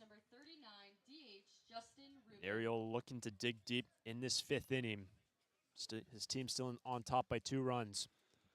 Well, we know that when talking to Coach Ryan Kramer, he's got ultimate confidence in his starters and realizes that these guys know what they're doing. They just need a little bump and kind of get them over the hump over there. Arriola stepping off on the hill. At second base is Austin Carrillo. Still waiting the first pitch to Justin Rubin. Here it is, and Rubin takes one straight down the middle, 0-1. A good centering strike, a nice fastball, get himself back into this count and back into this ball game. Fantastic opening pitch. Wind blowing out towards center field. Looks like the strongest of the day, dead away. 2 aboard, 1 out. The 0-1 pitch, and Rubin swinging a miss. Filthy pitch from Arriola, 0-2. We'll see what Arriola does here. You got a base to work with, so you don't necessarily want to give him anything he really can hit here. Try to work away from the outside of the plate. Couple looks back to second. The 0-2 pitch, and Rubin in the right field, and that will be another base hit. Holding up at third, no, looking to score from second base is Carrillo. No play at the plate. And runners will be on the corners, but the 4th consecutive base hit for the Oaks. It is now a 4-3 lead. And the Forester lead down to 1 here in the 5th. I mean, if you're Arriola right now, you're just kicking yourself because that's a beautiful pitch. Got him on the inside of the hands, just kind of an inside-out swing. And unfortunately, like we said earlier, blue hits are hits, and they do count for runs, unfortunately. And right field is getting sprayed with those blue hits. The bats of these right-handed batters just fallen in right field. And here's Nick Leahy. With runners now on the corners, it is a 4-3 lead for Santa Barbara. 2 runs in for the Oaks here in the 5th. Still only a single out. The pitch, and a strike to Nick Leahy, 0-1. And Leahy gets instruction down the third baseline. At first is Justin Rubin. The 0-1 pitch. Breaking ball popped up into left. Jack Holman trying to get under it, fighting the wind. That ball looks like it will be deep enough. Tagging up from third is Kendlinger, and it will be a sacrifice fly. We are tied up at 4 here in the 5th. Leahy has tied this ball game with that sac fly. Yeah, it looked like Holman and left. Didn't even come up like he was throwing. He realized the situation most likely was not going to get the runner at home. but understood that he had a chance to possibly, if they were going to tag from first, possibly get him at second, but neither worked for the Foresters right there. That ends a streak of 4 consecutive base hits for the Oaks. But 3 runs in here in the 5th, tied at 4, still a man at first. Here is Tanner Baltowski. Runner goes to second. The ball missing in. It was a great throw, but sliding in safe is Justin Rubin, a man in scoring position. I mean, Maxie's got himself an arm. A little better of a throw by Ariola. He might have had a shot on that one. Yeah, Dylan Maxey, the catcher. That pitch missing well in. That ball was in the strike zone. Maxey had a crack at second. Here's the second pitch. That finds the strike zone 1-1. The heater from Ariola. Tanner Baltowski today is 1 for 2. Ground out to short and a base hit in the 4th. Here's a 1-1 pitch. Baltowski sees it. That ball in and out of the glove of Maxey into third base goes Justin Rubin. Another unfortunate error by the Foresters right there. Kind of shooting themselves in the foot right now. 3 runs in this inning. Ariola got a quick first out, but 4 consecutive base hits for the Oaks. Sacrifice fly scoring another run. Baltowski at a 2-1 count. Here's the pitch, and this ball's chopped. And that ball is fair down the third baseline. The throw over to first and picked up by Smaldino. Great play by the first baseman. That ball just stayed fair, and Souza fires over Smaldino, and a good play at first to retire the side. But the damage done by the Oaks, they score 3, and we go to the bottom half of the 5th, tied at 4. Nice play to end the top of the 5th inning. The Finnies. It's out of here. It's tough to tell whether that's another Foresters home run or one of the many flights going out of the Santa Barbara airport. With 22 daily departures and 11 direct destinations, including Chicago, Dallas, Las Vegas, San Diego, and Seattle, there's no need to drive and fly when you can take off local at the Santa Barbara airport. Prepare for a departure from the usual travel experience. Choose SBA and depart differently. A proud partner of the Santa Barbara Foresters. Take me out to the ball game. Take me out to the bookstore. Hi, this is Foresters Hall of Fame member Jim Buckley. When I'm not telling you who's batting for the Sturs, I write books for kids. Visit Chaucer's Books on Upper State Street and ask for my new graphic novel biography of Amelia Earhart or any of the great books I've written in the Who Was biography series. Titles include Muhammad Ali, the Wright Brothers, Blackbeard the Pirate, Roberto Clemente, and many more. Thanks for your support of reading for kids and the Foresters.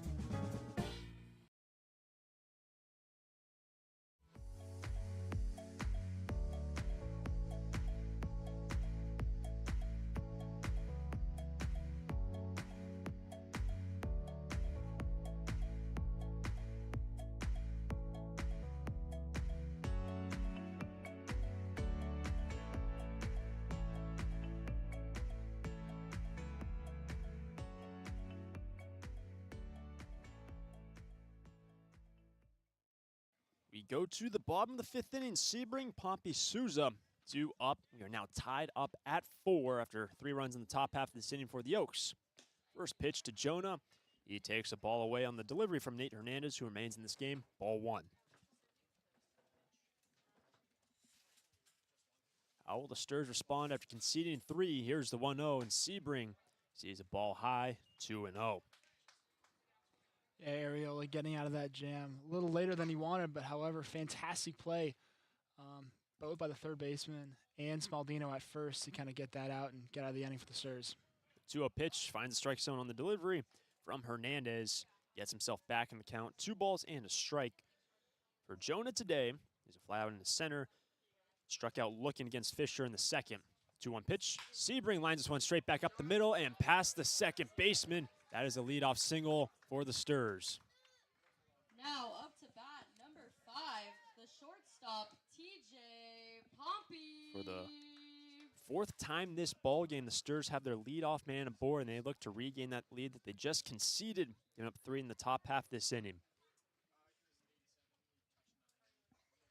That's going to bring up TJ Pompey. 0 for 1, struck out. Also was hit in the 3rd and came around to score. He was the leadoff man when he was hit in that 3rd inning. Sebring now at first. First pitch, and Sebring goes off on the first pitch, and he will slide in safely, no problem. And so Jonah, the stolen bag, will get in a scoring position right back at it in terms of trying to be aggressive on the bases after they were thrown out twice in the last inning. Yeah, good jump from Sebring. Getting out early. Again, I've talked about how it's been a little frustrating watching the Foresters in the past due to their kind of lack of intelligence in the base path, but that was a good steal to open this inning up, and hopefully Pompey can add a little extra. Pompey on his second pitch that he sees. He takes ball 2. The slider from Hernandez missing low. 2 balls and no strikes. Santa Barbara, they scored 3 in the second and 1 in the third to amass their 4 runs. Hernandez comes set. 2-0 pitch. And Pompey lines this one into the gap and into left field. A base hit for TJ and 2 hits to start off this inning for the Sturs. Runners now on the corners to bring up Nolan Souza. Sponsored by Strength Happens. Number 3, That's a response after giving up 3 right there. I mean, that's exactly what you want to see from your guys, especially after watching kind of the breakdown of Ariola. Souza at third base making that fantastic play to Smaldino, and hopefully now can come back and come up big for the Sturs right here. Runners on the corners with action in the bullpen for the Oaks. Hernandez has some traffic behind him. Still no outs in this Finney's 5th inning presented by Finney's Craft House on Lower State. First pitch to left-handed batter Nolan Souza. And Souza sees it well away. That's ball 1. And again, this 5th inning brought to you by Finney's Craft House. Finney's is a great place to gather before or after any Foresters home game here this season. Sebring inching his way down that third base line. Pompey at first, no outs. 1-0 pitch. Souza takes it low, ball 2. When you're curious how third base coach Steve Shuck is going to play this with man on the corners, do you tell Pompey to maybe get in a run down and possibly score a run? Do you tell him just to straight up go to second? Or do you tell him wait and possibly see if there's a way to get Souza on base without conceding an out? Nick Sanders will be scheduled next, and he's getting instruction from his manager currently. There goes the runner from first to second, and no throw down from West, so 2 in scoring position. Pompey, the stolen bag. Well, that answers my question right there. Yep. A great spot for the Sturs in this tied ball game. 4 runs apiece. Souza ahead 3-0. The pitch. And he takes a strike down the middle from Hernandez. Souza today, he has already driven in a run, had an RBI double in the third after he struck out swinging in the first. But it's the first time he's facing the right-hander, Nate Hernandez. 3-1 pitch. And Souza jammed towards the hand, sends it foul in front of the fence of the third base dugout. That is strike 2, full count. Well, if you're Souza right now, you're really trying to not put it on the ground. If anything, you're trying to possibly get a sac fly, get something in the air. Put it on the ground, you put yourself in a bad situation where not only can your runner at third not score, but you're also going to have to get out as well. Nick Sanders on deck with no outs here. Bottom of the 5th. Payoff pitch. Souza takes this one straight up the middle. That is a base hit in the center. Sebring will score from third, and holding at third base is Pompey. An RBI base hit for Nolan Souza. Sturs back on top 5-4, our score. I mean, throughout this game, Foresters responding appropriately every single inning, getting out in front, especially early with no outs, and finding a way to etch themselves back into this ball game. Fantastic job done by the Foresters offense today. Well, a visit to the mound from one of the coaches for the Oaks, here now at third base dugout. And it looks like the day will be done for Nate Hernandez. We will step aside. No outs in the bottom of the 5th. Runners on the corner. Sturs on top 5-4 from Santa Barbara. That's cool. We appreciate Finney's Craft House support. Oh, okay. Well, head on down. It's going to happen after the end. Santa Barbara Airport has 5 airlines: American, Alaska, Delta Air, Southwest, and United, with 12 direct destinations from Santa Barbara to Atlanta, Dallas, Denver, Las Vegas, Oakland, Los Angeles, Salt Lake City, Portland, San Francisco, Phoenix, Seattle, and Sacramento, with 23 daily departures from Santa Barbara. SBA's newest daily service on Delta Airlines to Atlanta and Salt Lake City can ensure that you can get anywhere in the world in just one stop. SBA is proud to join over 200 airports around the world in the Hidden Disabilities Sunflower Program. Passengers with a disability can opt into the program, and in doing so, trained staff at SBA will be there to provide additional level of customer service. You can learn more at www.flysba.com. Once again, you can learn more and book your flights today from Santa Barbara at www.flysba.com. Take me out to the ball game. Take me out to the bookstore. Hi, this is Forrester's Hall of Fame member Jim Buckley. When I'm not telling you who's batting for the Sturs, I write books for kids. Visit Chaucer's Books on Upper State Street and ask for my new graphic novel biography of Amelia Earhart or any of the great books I've written in the Who Was biography series. Titles include Muhammad Ali, the Wright Brothers, Blackbeard the Pirate, Roberto Clemente, and many more. Thanks for your support of reading for kids and the Forresters.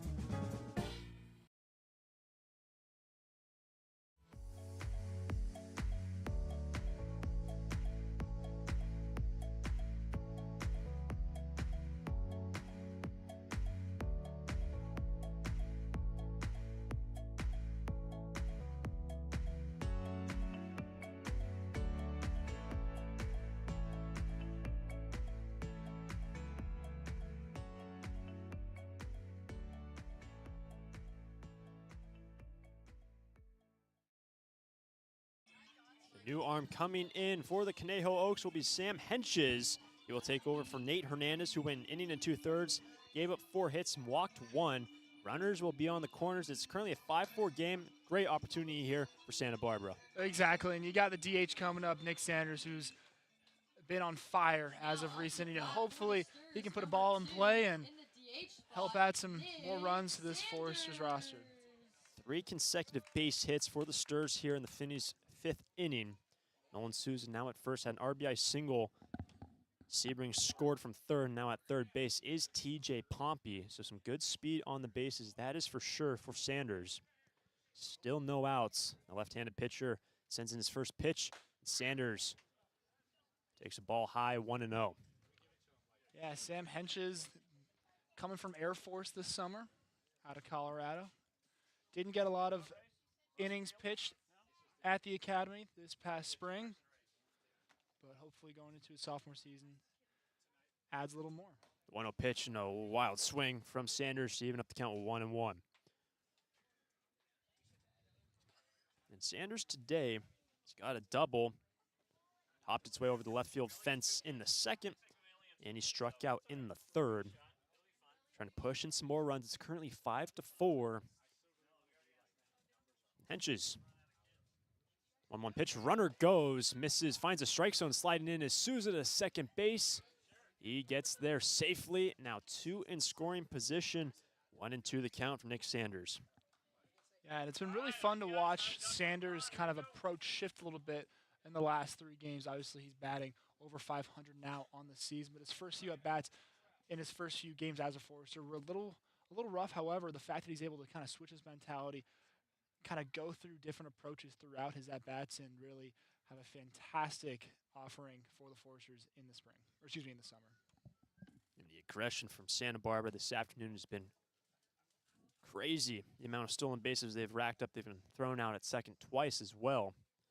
But currently, nearing 5 stolen bases. Here's the 1-2 pitch, a check swing, and just able to sit on it for ball 2, 2-2. On deck will be Jack Holman. Oh, the lefty-lefty matchup coming up next. But Sanders with now 2 in scoring position. This 5-4 game with no outs. Sam Henches trying to start his outing on the right foot. 2-2 pitch. And that misses in. Good keep from West, who slid to his left. And an easy take for Sanders there. Way not to get too antsy in this key situation. This is a huge pitch coming up here from the southpaw. Either load up the bases with no outs and already a run scored. Holman standing on deck. Or get the first down, keep first base open. Here's the 3-2 pitch. Here it is. Sanders check swing, but takes strike 3 on the breaking ball from Henches. He does indeed get the first out. Sanders goes down looking. That's a difficult take right there for Sanders. You know, you got the breaking ball, the 12-6 curveball coming in there. And with that at bat, with that mentality to try to get guys in, you're not looking necessarily for that ball to hit. It's going to bring up Jack Holman. Lefty-lefty matchup. And for Jack today, he's 0 for 1. Struck out looking. He was also hit. 2 in scoring position for Santa Barbara, looking to capitalize. They're on top by a run. Here's a pitch. Holman sees the breaking ball, but it misses high and in. Ball 1.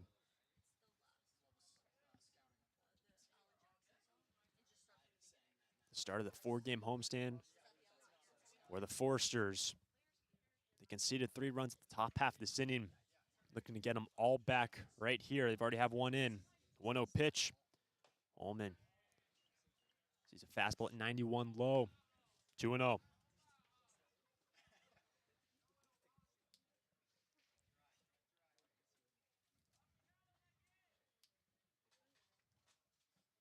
The look in from Henches to Landon West. It's a 5-4 game. Only single out, 2 aboard. 2-0 pitch, and Holman lines this one down the left side. That gets past the third baseman. That is a base hit into left. A run will score, an RBI single for Jack Holman. He scores Pompey from third. 6-4 our score, and the line keeps on chugging for Santa Barbara. Yeah, and that's a fantastic approach by Holman. Kind of just slapping the bat out there, but realizing if he can go the other way, he's giving his man at third, Jonah Sebring, a chance to score. And by putting the bat to the ball, good things happen. Nolan Souza now at third base. Runners on the corners. Still only 1 out. 2 runs in here in the bottom of the 5th. 6-4 our score. It's going to bring up the man making his debut this afternoon. Dylan Maxey is 0 for 1 with a walk and a run scored. Runners on the corners. First pitch. And Maxey takes it in. The right-handed batter, ball 1. We've seen a couple more runs batted in this inning. Those are sponsored by Gold's Gym. Got multiple locations throughout the Santa Barbara area. It's where the Stars train to win all summer long. Gold's Gym. 1-0 pitch. Missing low. Another fastball, this time at 90 from Henches. Ball 2. Yeah, you're curious at what Henches does in this scenario, his sequence of pitches. Does he possibly go again with some outside fastballs? Does he mix in his off-speed early? It's going to be interesting to see in this at-bat. Staring straight back at Holman at first. Here's the third pitch, and it misses high. Ball 3. So Smaldino stands on deck with second base open. Maxey ahead 3-0 with 1 out here in the 5th.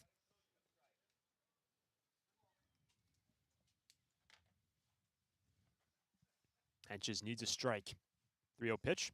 And Maxey has the green light over to second base. Leahy fields it, but he can't field it cleanly.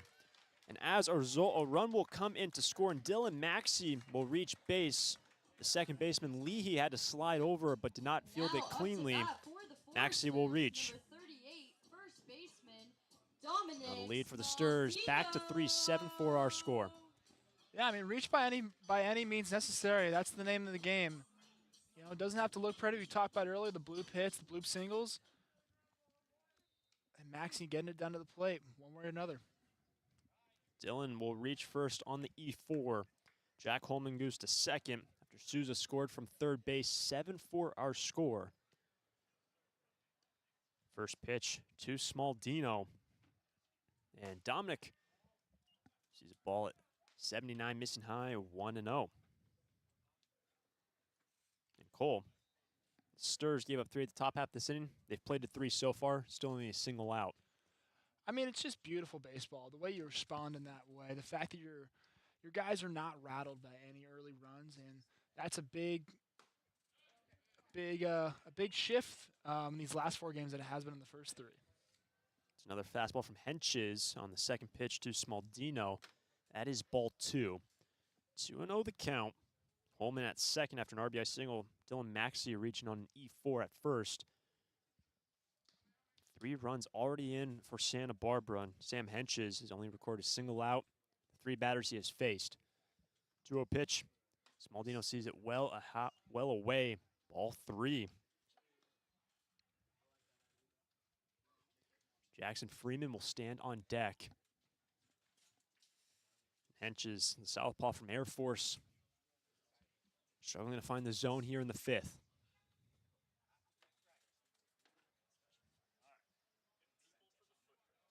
Here's a 3-0 pitch, and Smaldino sees ball 4 away, and that's a 4-pitch walk for Dominic. He will reach base for the first time today. That's going to bring the 9-hole hitter Freeman. Base is juiced, 1 down. Now up to bat for the Foresters, sponsored by Finney's Craft House, number 13. We look at this 5th inning for right Santa fielder, Barbara. Jackson They've seen 7 batters, and 6 of them have reached base. That'll tell you a lot. I mean, it's exactly what you want to see, especially from the lower half of your lineup. Again, Jackson Freeman, 2 innings ago, was able to have that fantastic double where he later scored. And on top of that, you want production from your lower guys in your lineup. You know, it's not always the case across every single team. However, the Foresters lineup is so fantastically juiced. You got guys at every position in this lineup that can do something pretty deadly.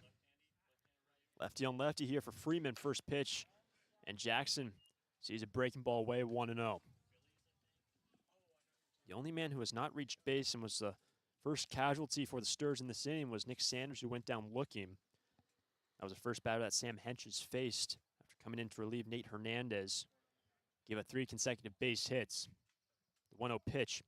Freeman chops it. Big hop over to second base. Leahy shovels it over to second. Will it be 2? The play at first, not in time. A run will come in to score. Holman from third will score the 4th run of the inning. Freeman reaches on a fielder's choice, and Smaldino thrown out at second for the force out. Sponsored by Mission Linen, number 1 second baseman, D. Kennedy. Productive out from the 9-hole hitter Freeman. And runners will be on the corners, and we'll have another visit to the mound.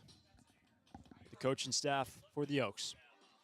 Yeah, and if you're a Foresters fan, you love seeing the pen consistently being full for the Oaks. It looks like they're going to make a massive change right here.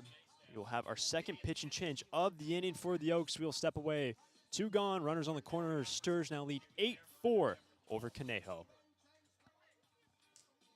Take me out to the ball game. Take me out to the bookstore. Hi, this is Foresters Hall of Fame member Jim Buckley. When I'm not telling you who's batting for the Sturs, I write books for kids. Visit Chaucer's Books on Upper State Street and ask for my new graphic novel biography of Amelia Earhart or any of the great books I've written in the Who Was biography series. Titles include Muhammad Ali, the Wright Brothers, Blackbeard the Pirate, Roberto Clemente, and many more. Thanks for your support of reading for kids and the Foresters. During this time of record market highs and gradual economic recovery, it's essential you have someone you can trust.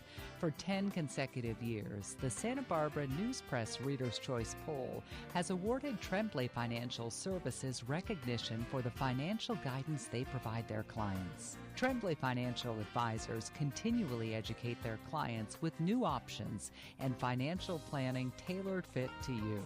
For more information or an appointment, call 569-1982 or log on to tremblayfinancial.com. Securities and advisory services offered through Centaurus Financial Inc., member FINRA and SIPC, a registered investment advisor. Tremblay Financial Services and Centaurus Financial are not affiliated companies. Investing involves risk, including potential loss of principal. No investment strategy can guarantee a profit or protect against a loss in periods of declining values.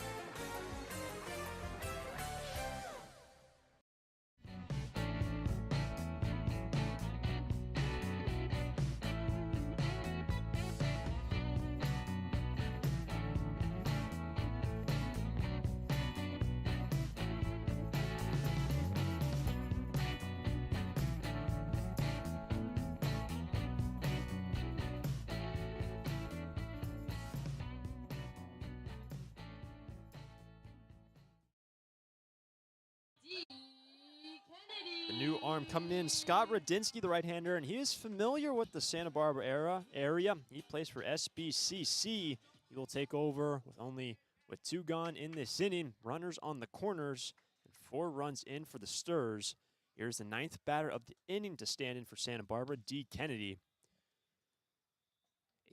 8-4 our score. First pitch to D, and Kennedy sees it away at 84, ball 1. Well, yeah, we just talked about Hunter. If you are just starting to tune in, well, you missed a lot. Sturs fighting back multiple times today, adding 4 in this inning alone, and have consistently had guys in scoring position right from the jump. 1-0 pitch in there from Radinsky to even up the count 1-1 for Kennedy. He's got Dylan Maxey, and there was a change in the scoring for Dylan. He will be given a hit when he reached base at first. So he's now at third. Change in scoring. And the 1-1 breaking ball over to third, picked well by Chef. That's a tough play, and a throw over to first. And the Oaks get out of the inning. That was picked well by the third baseman, Chef, on that hopper. But the damage done by the Sturs. They push in 4 as Kennedy grounds out. Go to the 6th. Santa Barbara on top 8-4 over the Oaks. Run their way out to the right field line there. Quickly. We're Tammy and Scott from Draftsman Ale Works here in Goleta, California. For me, making beer is a dream come true. Seeing the community come together in our brewery is a fantastic feeling. Community West Bank has trusted and believed in us from the very beginning. Not only have they helped us by getting to where we are today, but they're helping us lay a path for where we want to go. We count on them. The community counts on Draftsman Ale Works to bring people together. We're glad they count on us. Community West Bank, member FDIC. It's out of here.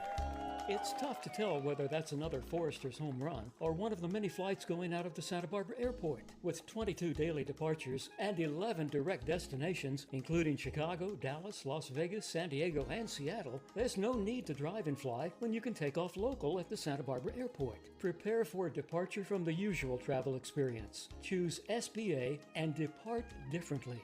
A proud partner of the Santa Barbara Foresters.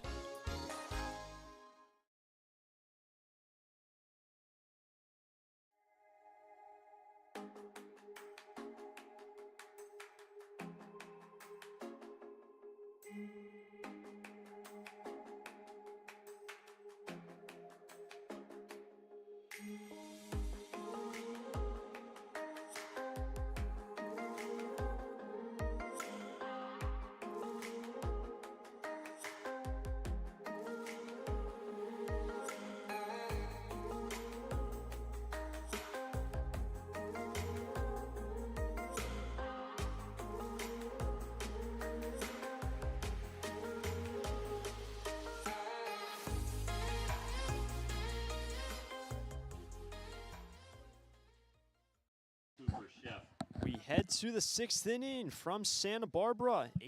8-4 our score. We'll have our first pitching change of the afternoon for the Sturs. Ty Zarodnik enters. Yeah, I mean, we've talked about earlier in previous games how the Sturs aren't necessarily as deep on the left side of the bump. You know, we only have about 2 or 3 lefties currently listed on the roster, but it feels like with Ty Zarodnik, you don't need that many lefties. I mean, he's only had 2 appearances on the year, but pitched 3 innings, only allowed a single hit, and has really just been a really calming presence on the mound for the Sturs. We'll face Chef to lead things off. Here's the first pitch. And at 89, Cooper Chef takes a strike.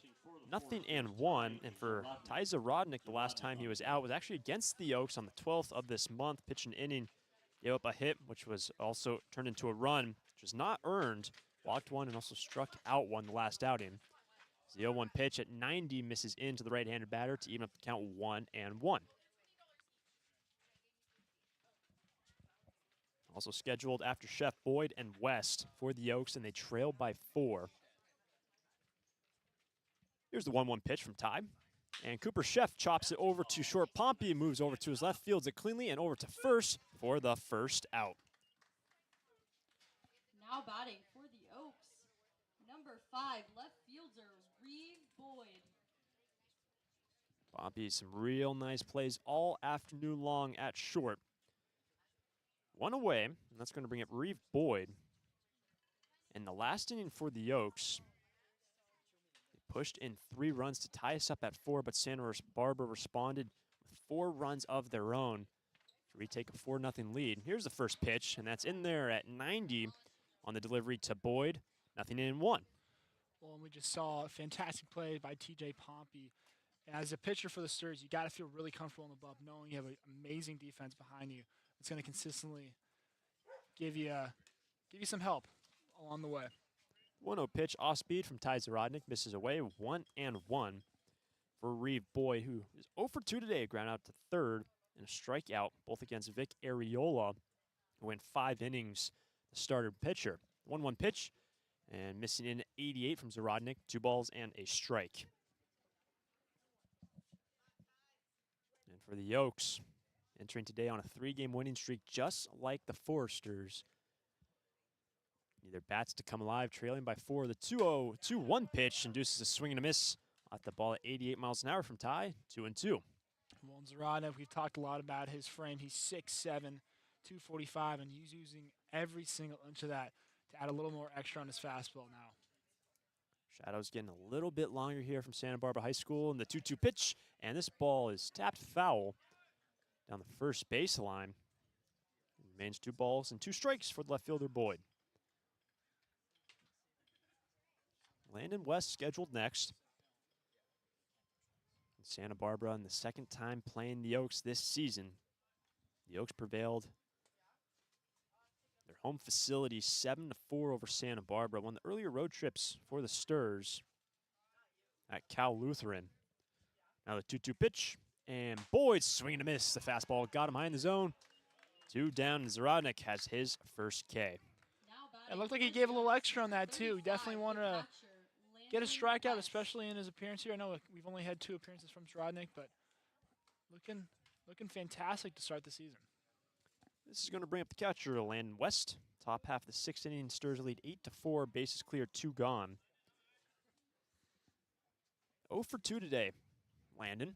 Here's the first pitch. West drills it into center, but Jonah Sebring made a good jump and makes the squeeze. And Landon West drills it into center, but lines out the glove of Jonah Sebring. And Ty Zarodnik, a very clean 1-2-3 inning. Go to the bottom half of the inning. Sturs on top 8-4 over the Oaks. It's out of here.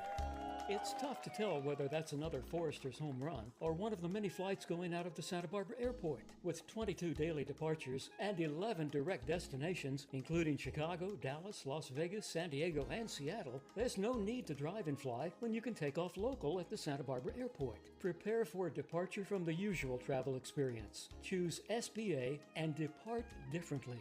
A proud partner of the Santa Barbara Foresters.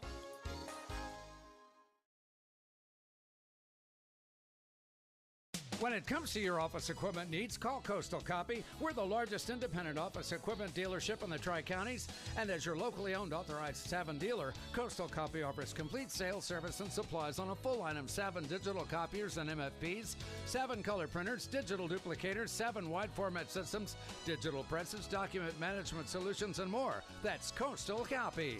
You'll see a difference because we go the distance. Call 1-800-995-8835.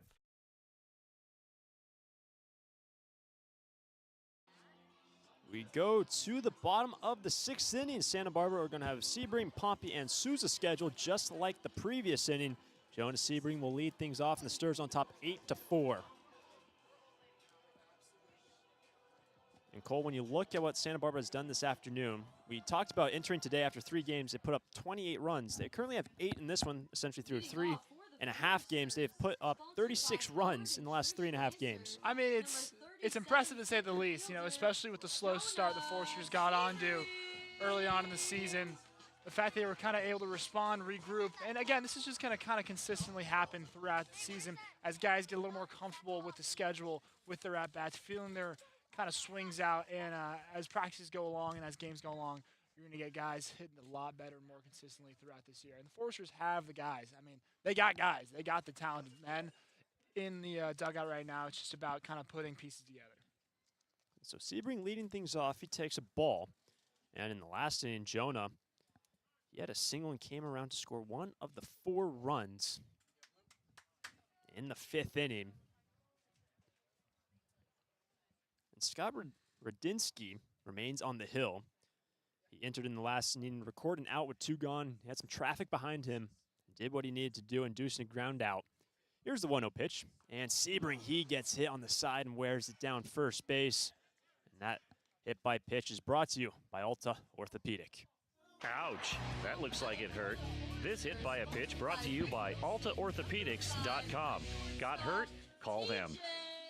Well, good thing we got Alta Orthopedic. That's the third hit batter of the day. And the leadoff man aboard for another time here this afternoon. The Stars have done phenomenally in that department, getting their leadoff man aboard.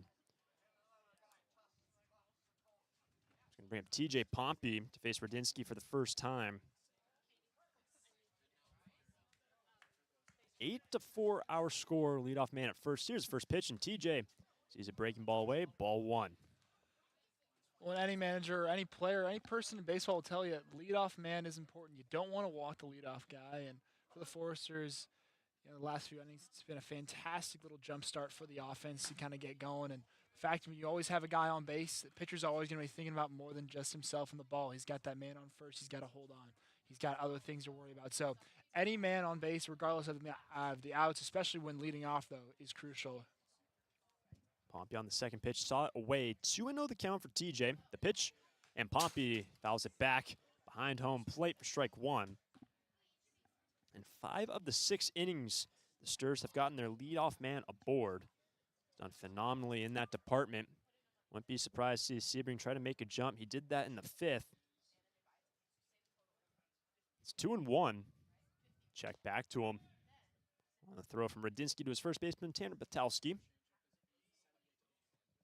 To follow TJ will be Nolan Souza. 8-4 our score, bottom of the 6th. Here's the 2-1 pitch and a swing and a miss. The off speed high in the zone, 2-2. What if you're Pompey right now?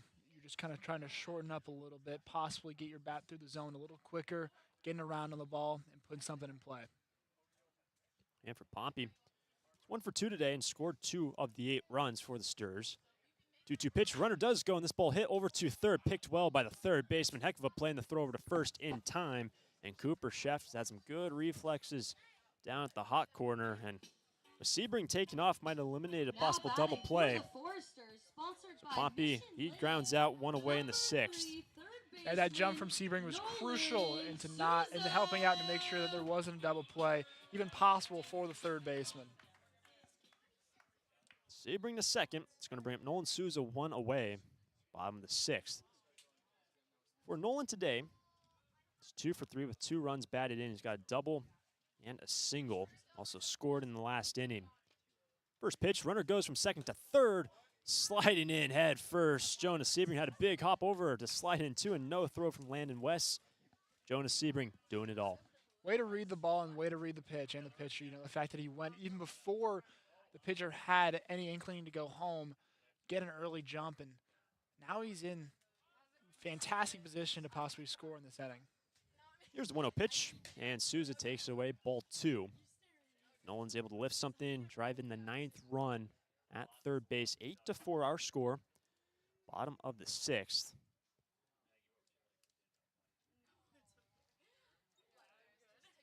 Radinsky coming set, 2-0 pitch, and Souza sees the ball at 84 high. That is ball 3. Nick Sanders, the DH, stands on deck. What if you're Souza here, 3-0 situation? You obviously want to get a hit, but you can't be too antsy. You need base runners. 3-0 offering. Nolan sees ball 4 away, and base on balls from Nolan Souza. He's got a single, a double, and now a walk to his name to put runners on the corners. 1 down, and the offense continues to move along. Guys, keep the line moving. It's phenomenal from the Foresters. Yeah, and it's just really fun watching this team swing the bat. The fact that everyone in this lineup is lethal at the plate, and especially in situations like this, the fact that you can maybe add on a few later on this game, a little more insurance for our bullpen would really be a tremendous additive for the Foresters here. In this 8-4 game, Sanders comes up 1 for 3 on the day. Sebring at third, Souza at first. Here's the first pitch, and Sanders takes it low. 5 consecutive balls from Scott Radinsky. Ball 1. Well, I wouldn't be shocked to see Souza running here. In a similar situation a few innings ago, TJ Pompey just took off, and there was not a throw at second. Nick is ahead in the count, and right on cue, runner goes. The throw from West, no throw, a pump fake, and good call there, Cole. Souza to second, his second stolen bag of the day. 2 in scoring position.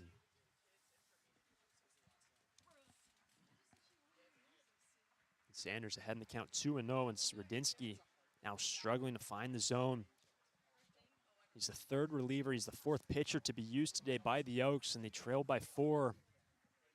As Forster's threatening to do more damage. 2-0 pitch, and Sanders sees ball 3.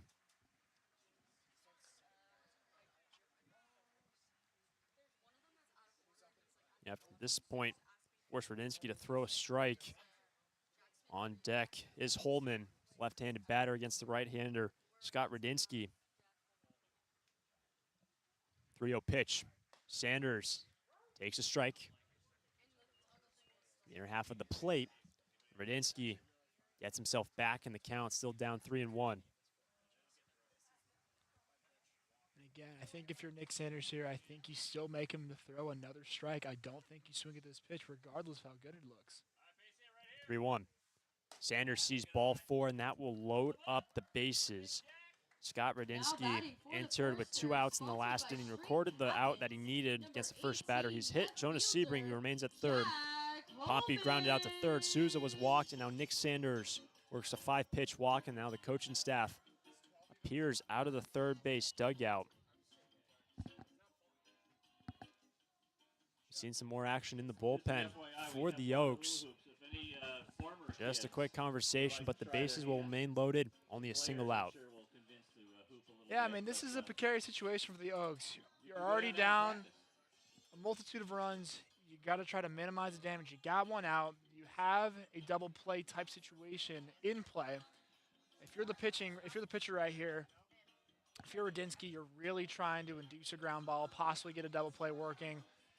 Looks like the corners are going to be kind of cheating in on this play as well. So if you're Sebring, you're taking off immediately. Sebring at third, Souza second, Sanders first. Here's Holman, first pitch. He takes a ball low. Well, it's good Holman took a ball. I mean, he knew the situation. To take anything but that would, to swing at a ball or to even look at anything else but take something would be a detriment to the team. Here's the one. This one is drilled down the right field line, down to the corner for Jack Holman. 1 will score, 2 will score. Looking like 3 might score, but held up at third base. 2 runs will come up to score. 2-run double for Jack Holman, and it is now 10-4, Sturs on top.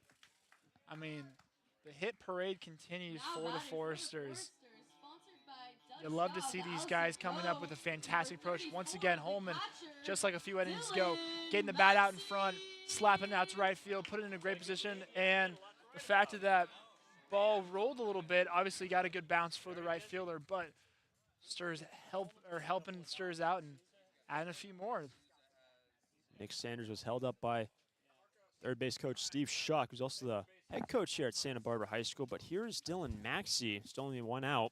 First pitch, breaking ball, misses away, ball 1. And again, Scott Radinsky, first pitch, can't fire a strike, Maxey ahead.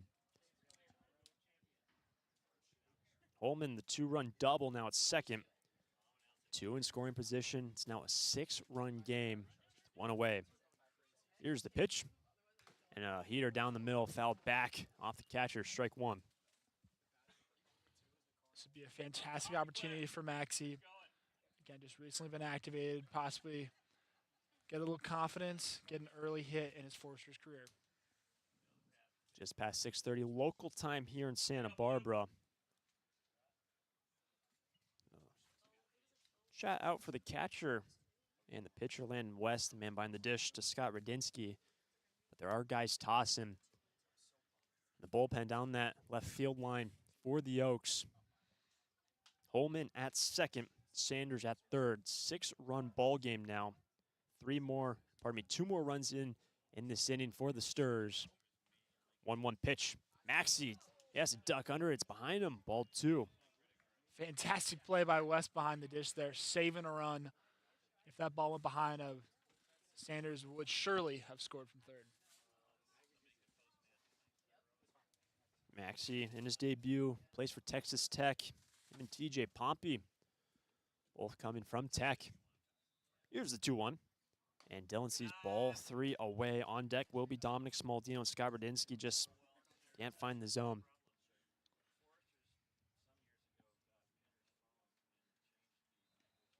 Three balls and strike.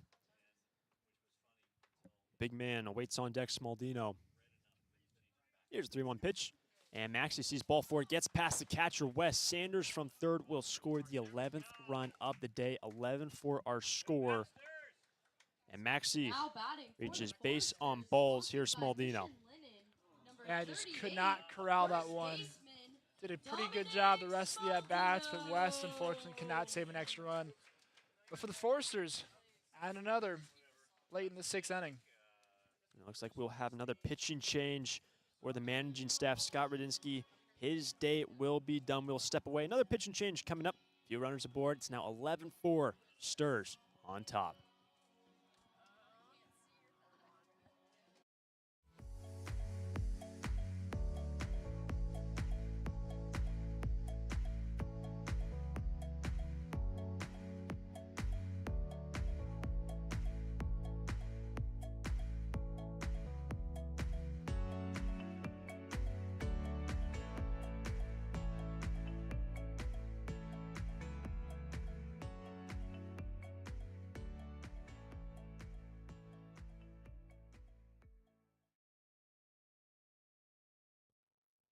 Santa Barbara Airport has 5 airlines: American, Alaska, Delta Air, Southwest, and United, with 12 direct destinations from Santa Barbara to Atlanta, Dallas, Denver, Las Vegas, Oakland, Los Angeles, Salt Lake City, Portland, San Francisco, Phoenix, Seattle, and Sacramento. With 23 daily departures from Santa Barbara, SBA's newest daily service on Delta Airlines to Atlanta and Salt Lake City can ensure that you can get anywhere in the world in just one stop. SBA is proud to join over 200 airports around the world in the Hidden Disabilities Sunflower Program. Passengers with a disability can opt into the program, and in doing so, trained staff at SBA will be there to provide additional level of customer service. You can learn more at www.flysba.com. Once again, you can learn more and book your flights today from Santa Barbara at www.flysba.com.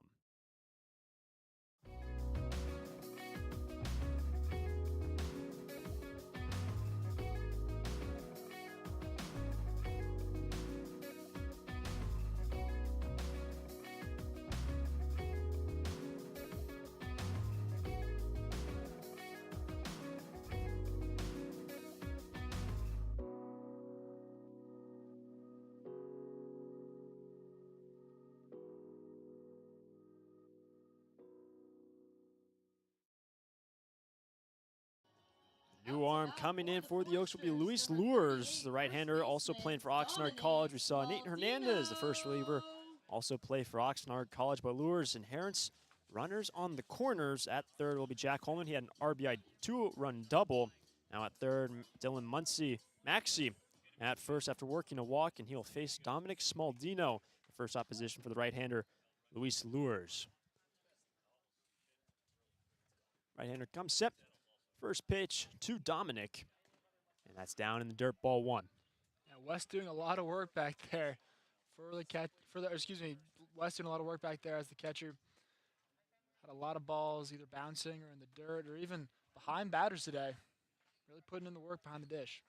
Currently 11-4 our score. Here's the pitch to Dominic, and Smaldino takes one down the middle. 1-1. And for Dominic today, he had a strikeout, fly out into left, and worked a walk. 4th time up for Smaldino with Freeman on deck. With 1 away. Here's the 1-1 pitch to Dominic. And Smaldino checks his swing, but takes a strike on a breaking ball, 1-2. Well, and it might do Smaldino some good to possibly shorten up the swing a little bit. If he can possibly put a ball in play here. Add a few more for the Foresters.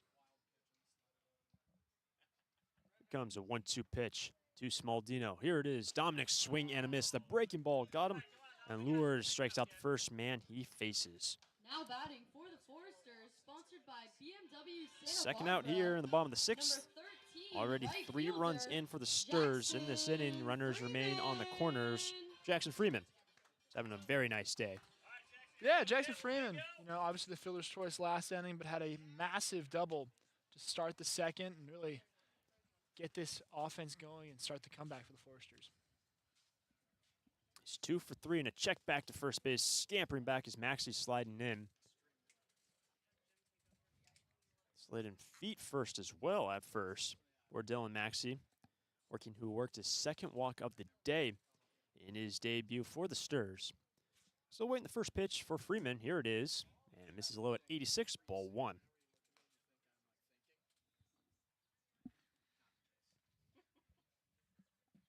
This nice afternoon from Santa Barbara. Last couple home games for Santa Barbara.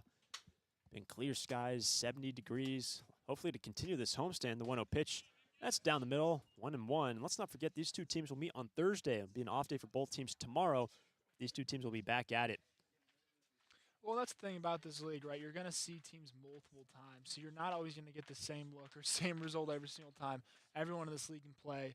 Everyone in this league has really good players, whether they are. The ball gets past the catcher, looking to score from third is Holman. Did they get him at home? They did not. Holman's able to come around to score on an errant pitch. That is the 4th run in this inning for the Sturs. They now lead 12-4. Well, like I was saying, too, we got guys on every single level of college baseball coming into this league. A lot of young guys, a lot of freshmen and sophomores, but coming from D3, D2, D1, community colleges, JUCOs. So you got talent everywhere. And the fun thing about baseball is you're always going to get guys from those different levels competing at the same one at some point or another. And that's just kind of a testament, too. You got a lot of JUCO guys throwing today for Conejo, but you got a lot of fantastic D1 guys like Jackson Freeman coming from Northwestern for the Foresters. 2-1 pitch.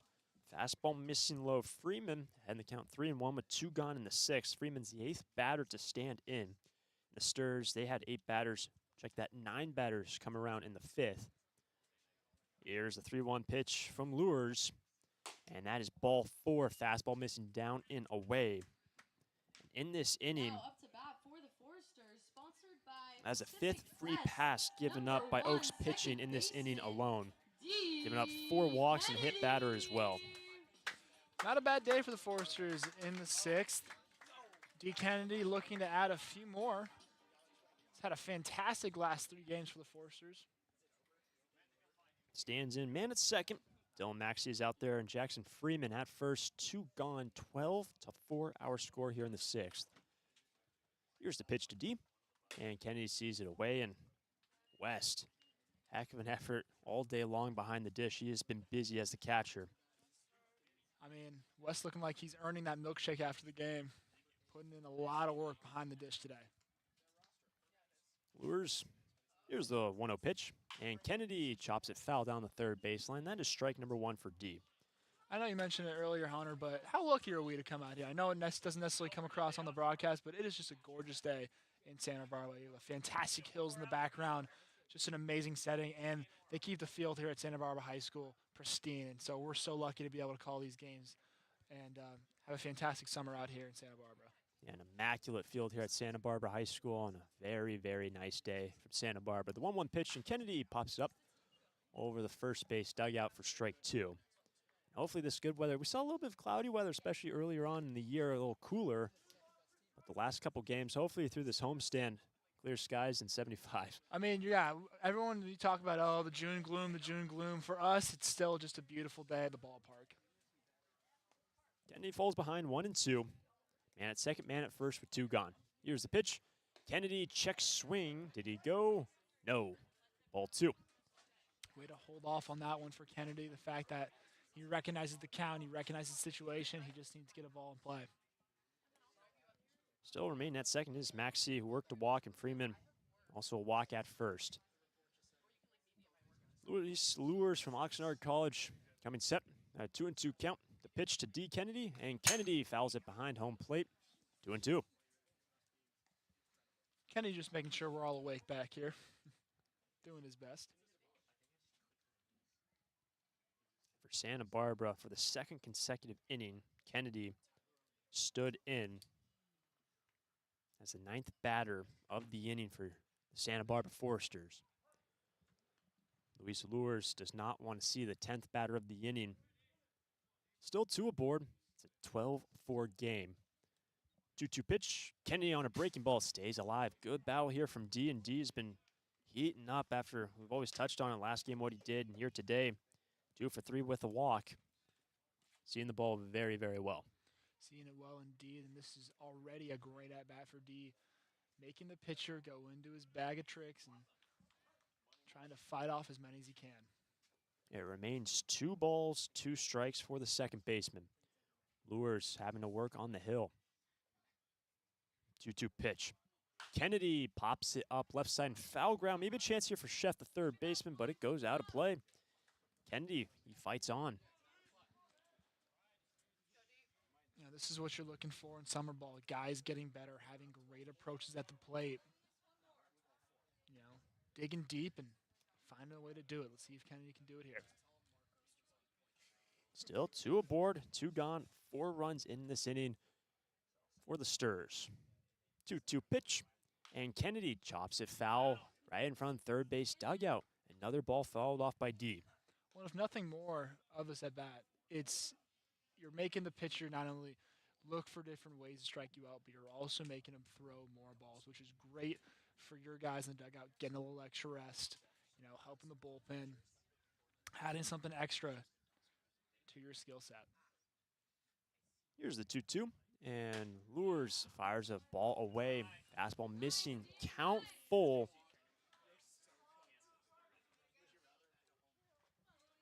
Sebring stands on deck, count full.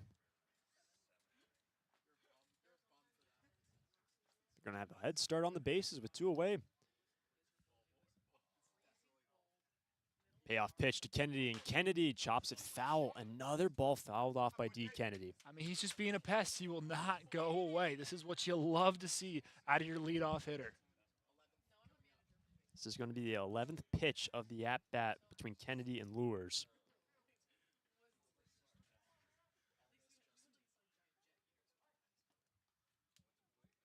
Kennedy has been fighting them off left and right. It remains 3-2. Here is the 11th pitch of the AB. 2 gone. Here it is. Payoff pitch fouled off again. I mean, if this doesn't fire you up as a baseball fan, I don't know what will. I mean, 12 pitches, fighting back from 0-2, getting it to 3-2. I mean, he is not playing today. D. Kennedy's here to win and here to make a major impact for the Foresters this summer, and you'll love to see it. The grit of these guys coming out here. This is going to be the 12th one right here for Kennedy. Still 2 aboard, 2 gone. Who's going to win this battle? Pitch, Kennedy fouls it off again. The 12th pitch down that left field line in the bullpen. Here comes 13. I mean, usually you pay double for this kind of action right here. This is just amazing. D. Kennedy not going away, refuses to concede to Conejo. Well, the Foresters creating 91. What do you think the most pitches seen in a single AB would be? You know what? I'd love to see that stat, and even more so, I'd love to see D. Kennedy get a hit here. Here comes a 13th pitch of the AB. Here it is. Kennedy swing and a miss, and Kennedy saw 13, but he goes down on strikes. Foresters, they push in a couple more runs. It's now 12-4. We'll keep it right here going to the 7th inning.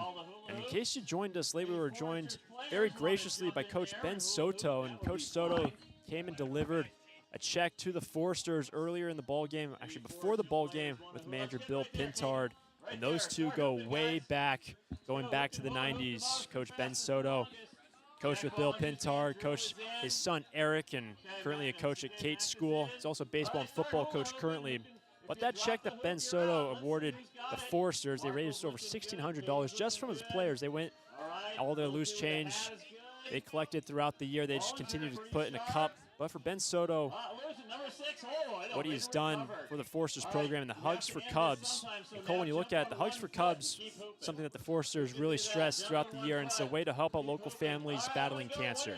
Yeah, you know, it just is a perfect example about how some things are bigger than baseball and the impact, though, that sports can have on other people's lives outside the game. I mean, when you talk about a baseball team that's done so much good for this community and how much this community has embraced this organization through this team, it's really beautiful to see. And the fact that Hugs for Cubs organization is going strong, and one wouldn't be the same without the other. Obviously, you need Hugs for Cubs for the Foresters, and the Foresters need Hugs for Cubs, right? And you're helping local communities, local kids, and you're helping kids all over the country as well. You know, I think our Hugs for Cubs kid this year, hailing from Texas, you know, the fact that the Hugs for Cubs organization is a national organization, they're doing whatever they can to help kids around the country, and just kind of also just showcase the courage that these kind of kids have and the amazing things that this organization does for people everywhere around.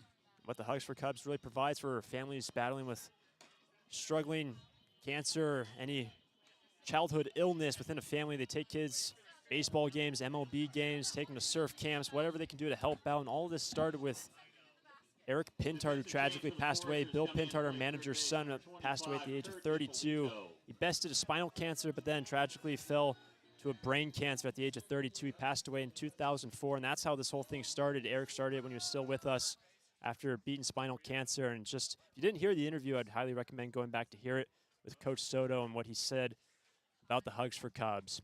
But here's the first pitch. Alon Camarillo will lead things off with Ty Zarodnik remaining on the hill. But again, I would definitely highly recommend to hear what Coach Soto had to say. He's very graciously introduced by Bill Pintard before first pitch. Here's the 0-1, and Camarillo takes strike two, and Zarodnik right back at it. He had a long wait on the bench there, Cole. Yeah, you know, that's not always the best thing for a pitcher. Obviously, you want your offense to get some runs. But sometimes kind of the stagnation between innings can really affect you as a pitcher. It can kind of either affect your psyche or just affect your arm. You want to stay warm, you know. You might be, even though it's a hot day here in Santa Barbara, you might be getting that jacket on. You might be doing some different exercises to try to make sure that you're still involved in this game, even when being on the bench. It's a ball and strike to the 9-hole hitter. Carrillo stands on deck to follow Camarillo. 1-2 pitch, and Camarillo fights off over the first base dugout. What an AB that was from D. Kennedy. 13 pitches he saw then that last inning. I mean, it's an unfortunate ending. However, that stuff just fires me up as a fan, fires me up as a commentator, and should fire up everyone here at Eddie Matthews Field today. Zarodnik had a 1-2 count. The pitch, and the 1-2 popped up by Camarillo, foul ground, and it will go out of play. It remains a ball and 2 strikes. I mean, if you're a coach anywhere in America, you're showing kids nowadays that at-bat from D. Kennedy. Yes. I mean, the grit that he shows, fouling off pitches, getting the one you want. Obviously, didn't necessarily end the way that Kennedy wanted or anyone else wanted here. However, it's that fantastic approach that guys like D. Kennedy have up at the plate that really allow for the Foresters to thrive in this type of situation. And Alon Camarillo, who was 2 for 2 today, down on strikes. Ty Zarodnik got him with an off-speed, and that is the second strikeout of the day for Zarodnik. The 9-hole hitter retired at the top half of the 7th. And for Zarodnik, he entered in the 6th, 1-2-3 inning. I wonder what the time was between that last out until he got right back out here. Here's the first pitch to Austin Carrillo. It's fouled off for strike one over the first base dugout. How long do you think that was for Zarodnik on the bench? I would the D. Kennedy at-bat alone was probably 10 minutes, right? And then you look at the rest of the inning. I mean, Zarodnik probably was sitting on the bench for a good 25, 30 minutes. I mean, it's almost 7 o'clock here local time in Santa Barbara. So, you know, again, not necessarily the best thing in the world for Zarodnik, but if he can respond accordingly, it'll be a great day for the Foresters.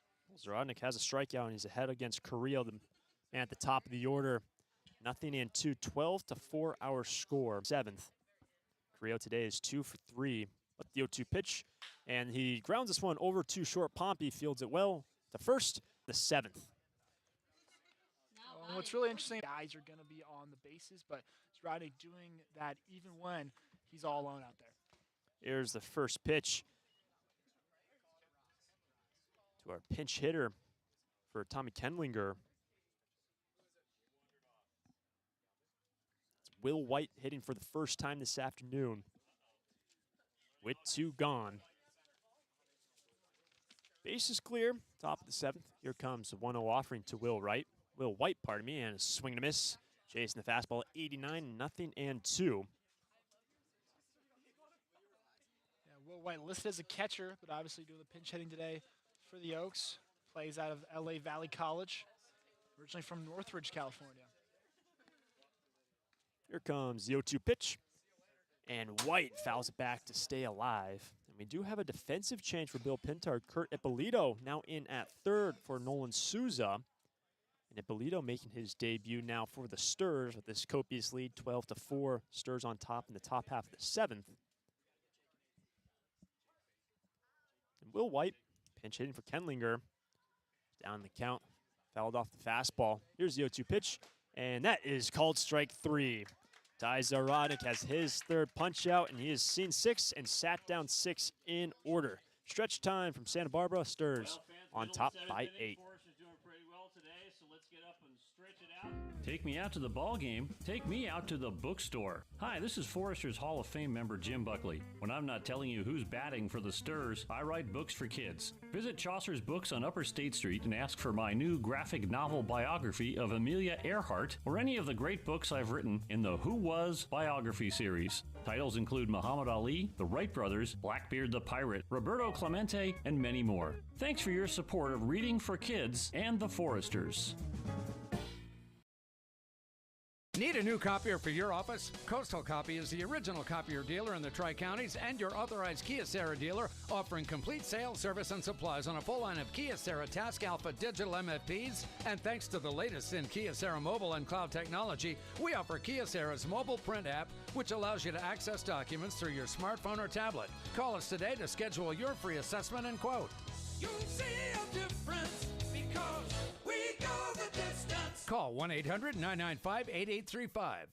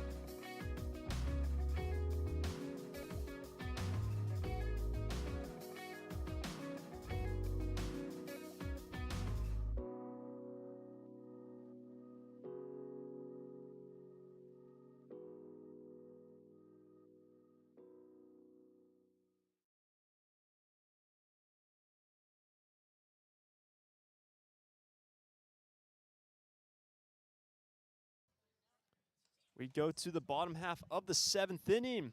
Jonas Sebring will lead things off just as he has done the last 2 innings. First pitch, and Jonah sees it high. 12-4 our score. Luis Lures remains in the ball game after all those pitches being thrown in the bow between D. Kennedy and him. And the last remains on the hill. First pitch, second pitch now to Sebring, the 1-0. And Jonah turns on it, and it goes foul. That ball rocket off the barrel, but well out of play, strike 1. Yeah, and I'm sure for Sebring, kind of an unexpected day by the fact that you're going up 3 times in 3 innings. Yeah. I mean, that just kind of shows you what kind of a day the Foresters are having at the plate. Leadoff man at a 1-1 count. Here's the pitch. And Sebring, another ball, ropes foul. This one directly on the ground, a worm burner. They're taking the ankles off some of the guys in the bullpen down that left field line. It's 1-2. Sebring looking like he's on it right now. Barreling up some good foul balls. Hopefully he can put one into play right now. Defensive change, Kai Caranto out and right. For Austin Creel at the top spot in the order. Sebring at a 1-2 count.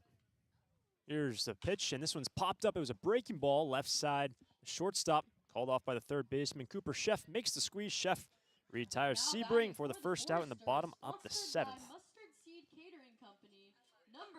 Cole, obviously 12 runs on the scoreboard right now for Santa Barbara. But again, we touched on earlier, they had 28 in the last 3, and now 12 here this afternoon. I mean, it's just a fascinating shift when you look at the first 3 games, those last 4 games. I mean, it's been amazing to watch kind of that transition and guys get more comfortable and see good pitches and have great at-bats. Here is TJ Pompey standing in for the 5th time in the 7th inning. One away, bases clears at a 1-0 count. 1 for 3 today, scored 2 runs. Here's the second pitch, and he's jammed near the hands, and it's up and out of play. That is strike 2. Check that, strike 1 to TJ. And on deck will be Kurt Ippolito to stand in for the first time this season. The 1-1, breaking ball fouled back. That is strike 2. Kurt Ippolito entered defensively for the Sturs in the last inning for Nolan Souza at third base. Base is clear. One away, TJ down in the count. Here comes the 1-2 pitch to TJ. And Pompey sees an off-speed missing high again, 2-2. You know, Pompey right now with this 2-2 count. Once again, shortened it up. Hopefully put something into play. One away, base is clear. Here is the 2-2. And Pompey, he fouls it back. Directly behind home plate. Luis Lures, he's had his work cut out from him in this inning. I should say this outing. He's a fourth man out of the bullpen. And TJ making him work more here in the bottom of the 7th. Here's a 2-2 pitch. And Pompey takes strike 3. Luis Lures, he has his strikeout, his third check that of the day. Pompey down on strikes. Well, like you said, Hunter, you know, the Conejo Oaks, last time they played a game was Saturday, so these arms are fresh, but I'm sure the manager for the Oaks did not want to have to be using all of them today. You know, the Foresters have really been putting a hurt on the Oaks bullpen today, and the fact that they're able to kind of dig deep and add a few extra and kind of get out in front of the swing here for this 4-game homestand has been fantastic to see. Here's Kurt Ippolito standing in for the first time this season. He takes a strike on a fastball. 0-1 for Ippolito. He's going to Arkansas this coming year. Hails from Trophy Club, Texas. First plate appearance of the year. 0-1, and Ippolito quickly down the count, 0-2. Trophy Club, Texas. Sounds like a pretty fun place to be. Hopefully he'll add a few trophies to the case for the Foresters this summer as well. Standing in, 2 gone, bases clear. Lures quickly ahead in the count against Kurt. Here's the 0-2 pitch, and Ippolito sees one in, 1-2. You can hear Bill Pintard cheering on Kurt from that first base dugout. Hitting for Souza. Had a very good day at the dish, but it's now all Ippolito. 1-2 pitch, and Kurt lifts it in the left, shallow left field. The shortstop tracks back.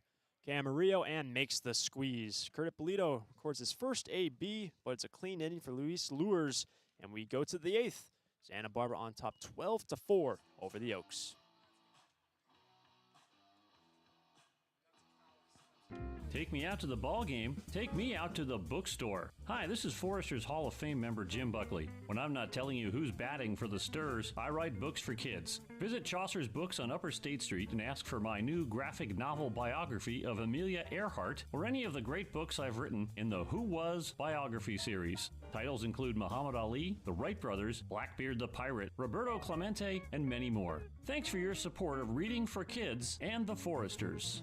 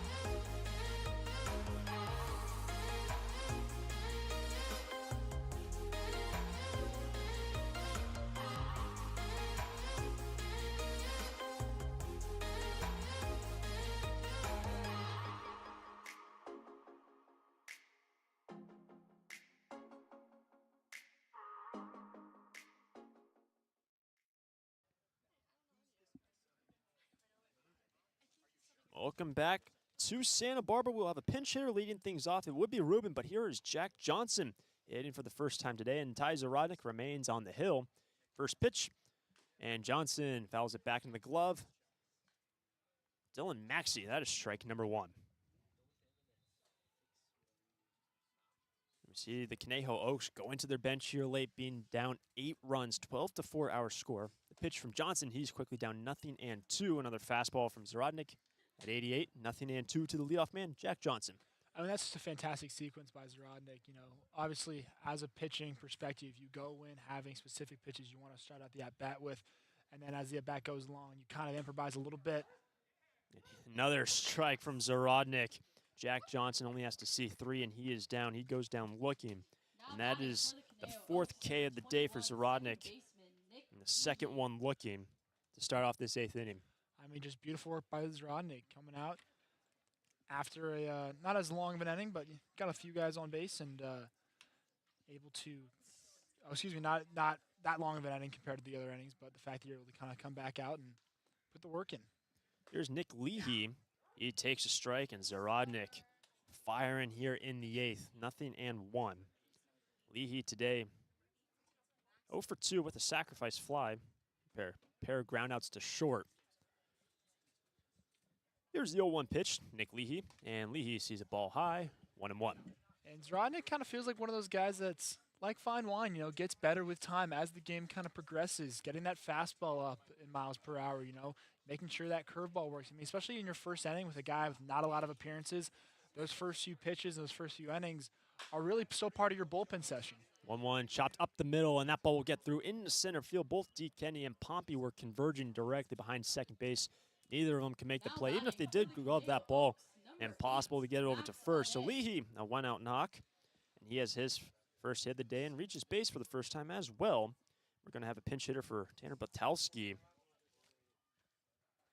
It's going to be Max Aude now to hit. And at first with 1 away. It'll be lefty on lefty. First pitch to Aude. Away, and a good keep from Maxey. Ball 1. And if you're Zarodnik, you're just trying to throw something low out of the zone, possibly trying to get a ground ball double play here. 1 away, man at first. The 1-0 pitch. And Aude, he takes a strike at 87 from Zarodnik. 1-1. And for Ty, that base hit that he gave up to Nick Leahy. He came in the 6th inning and sat down everyone he faced. First base runner against him was that base hit to Nick Leahy, now at first. 1-1 pitch, and Aude chops it over too short. There is Pompey backing up. There's one at second base. Will it be 2? Yes, sir. The 6-4-3 to get out of the inning, and Leahy, the force out at second. And Max Aude grounds into the double play, and Zarodnik only has to face 3. We go to the bottom of the 8th. The Foresters on top 12-4 over the Oaks. Santa Barbara Airport has 5 airlines: American, Alaska, Delta Air, Southwest, and United, with 12 direct destinations from Santa Barbara to Atlanta, Dallas, Denver, Las Vegas, Oakland, Los Angeles, Salt Lake City, Portland, San Francisco, Phoenix, Seattle, and Sacramento. With 23 daily departures from Santa Barbara, SBA's newest daily service on Delta Airlines to Atlanta and Salt Lake City can ensure that you can get anywhere in the world in just one stop. SBA is proud to join over 200 airports around the world in the Hidden Disabilities Sunflower Program. Passengers with a disability can opt into the program, and in doing so, trained staff at SBA will be there to provide additional level of customer service. You can learn more at www.flysba.com. Once again, you can learn more and book your flights today from Santa Barbara at www.flysba.com.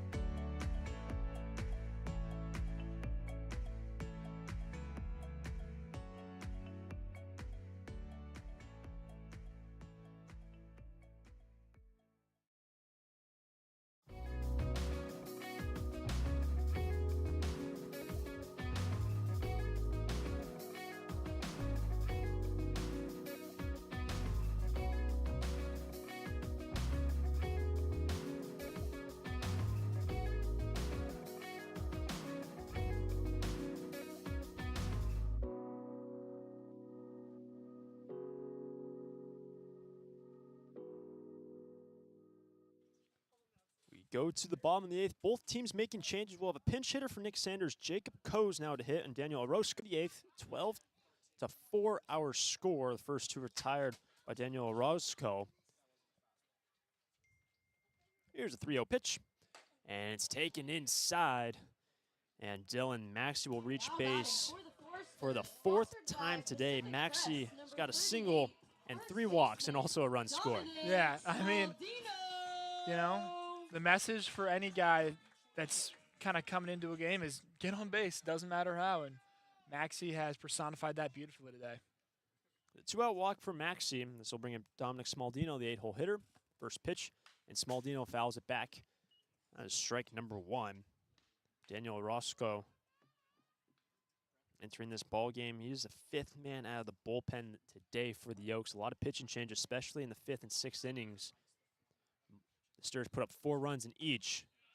Here's the second pitch, and it's in there for a strike. A fastball from Orozco. 0-2. It's difficult for Smaldino. With that 6'6" frame, you're going to have to go and poke at those kind of low and outside balls, unfortunately, especially with this umpire zone. Here's the 0-2 pitch, and up and out of play over the first base dugout. We will do it again.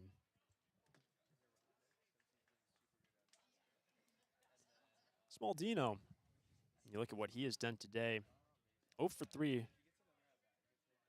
Nearly had a home run. He did work a walk.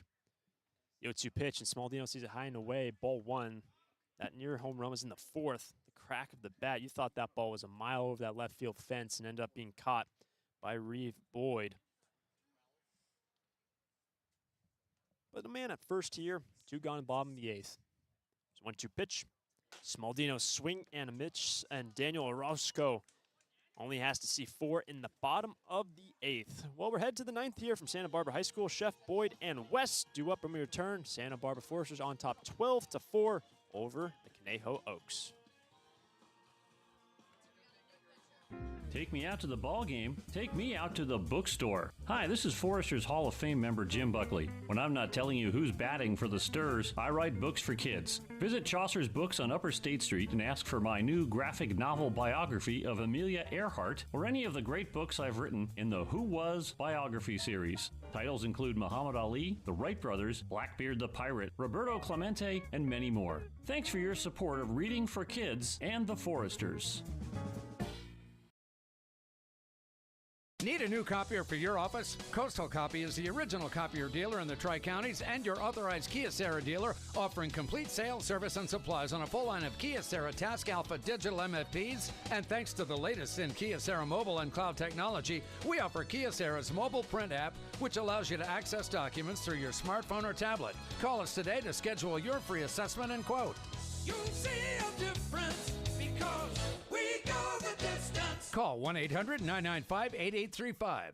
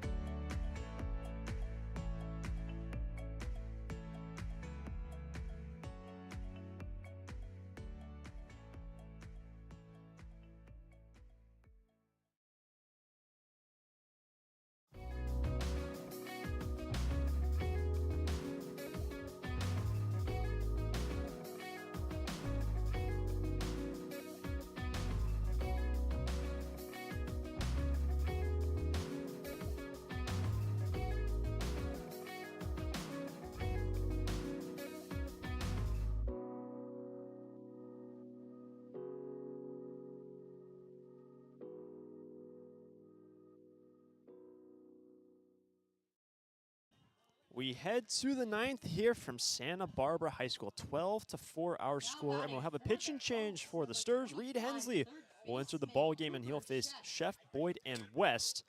Final hope for the Oaks, trailing by 8. When you're looking at this ball game and looking forward, the two teams, an off day tomorrow. Both teams, especially the Oaks, look to regroup and come back here. Santa Barbara High School on Thursday, do it all over again.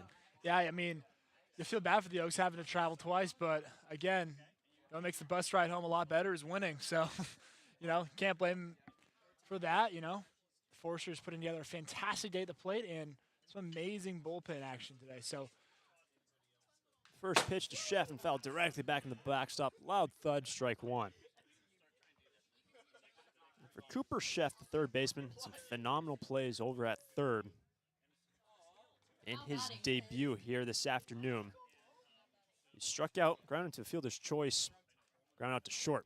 Second pitch, missing at 92 for ball one on the delivery from Reed Hensley. So it's evened up for the leadoff man in the top half of the ninth.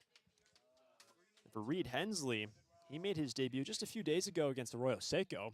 1-1 pitch, breaking ball, just misses high, ball two.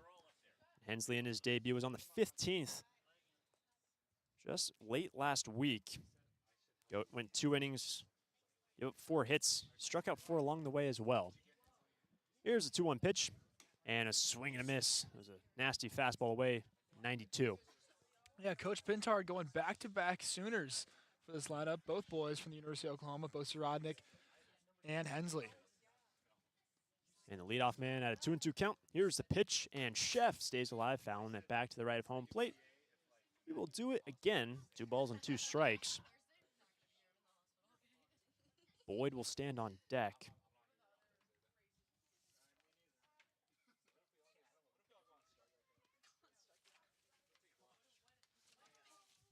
Reed Hensley comes set on the hill in his 12-4 game. The 2-2 pitch, breaking ball, and this one is lined to the second baseman, in and out of the glove of D. Kennedy. Look at D climbing the ladder, can't make the squeeze. It was a heck of an effort, though. Yeah, and you don't blame D. Kenny on that one. That thing came out of the bat really fast and unfortunately just a little out of reach. That'll be a hit for Cooper Chef to lead things off in the top of the ninth. Here's Reed Boyd. 0 for 3 today. The Stars just looking for 3 more outs here. A comfortable 12-4 lead. First pitch at 94 strike, 0-1. You know, Reed Hensley, like a lot of guys on this Forsters lineup and in the CCL in general, spent the 2023 season at Tyler Junior College before transferring to Oklahoma. 0-1 pitch, breaking ball in there very nicely. Some good discrepancy between that fastball and breaking stuff from Reed. Low 90s, and that last one at 77. He's ahead 0-2. Give up the leadoff knock to Chef. Here's the 0-2 pitch, and Boyd takes a fastball away. Great take, ball one. It's a good-looking ball, and like you mentioned before, 90-77, a massive discrepancy. If you're a pitcher, that is fun to watch, and if you're a hitter, that is scary to face because you don't know what the heck is going to come out of his hand at any moment. Here's the 1-2, and there's the high cheese swing and a miss. Fastball at 91 from Reed. He has his first K. One away in the ninth. Oaks down on their final 2 outs. It's 12-4.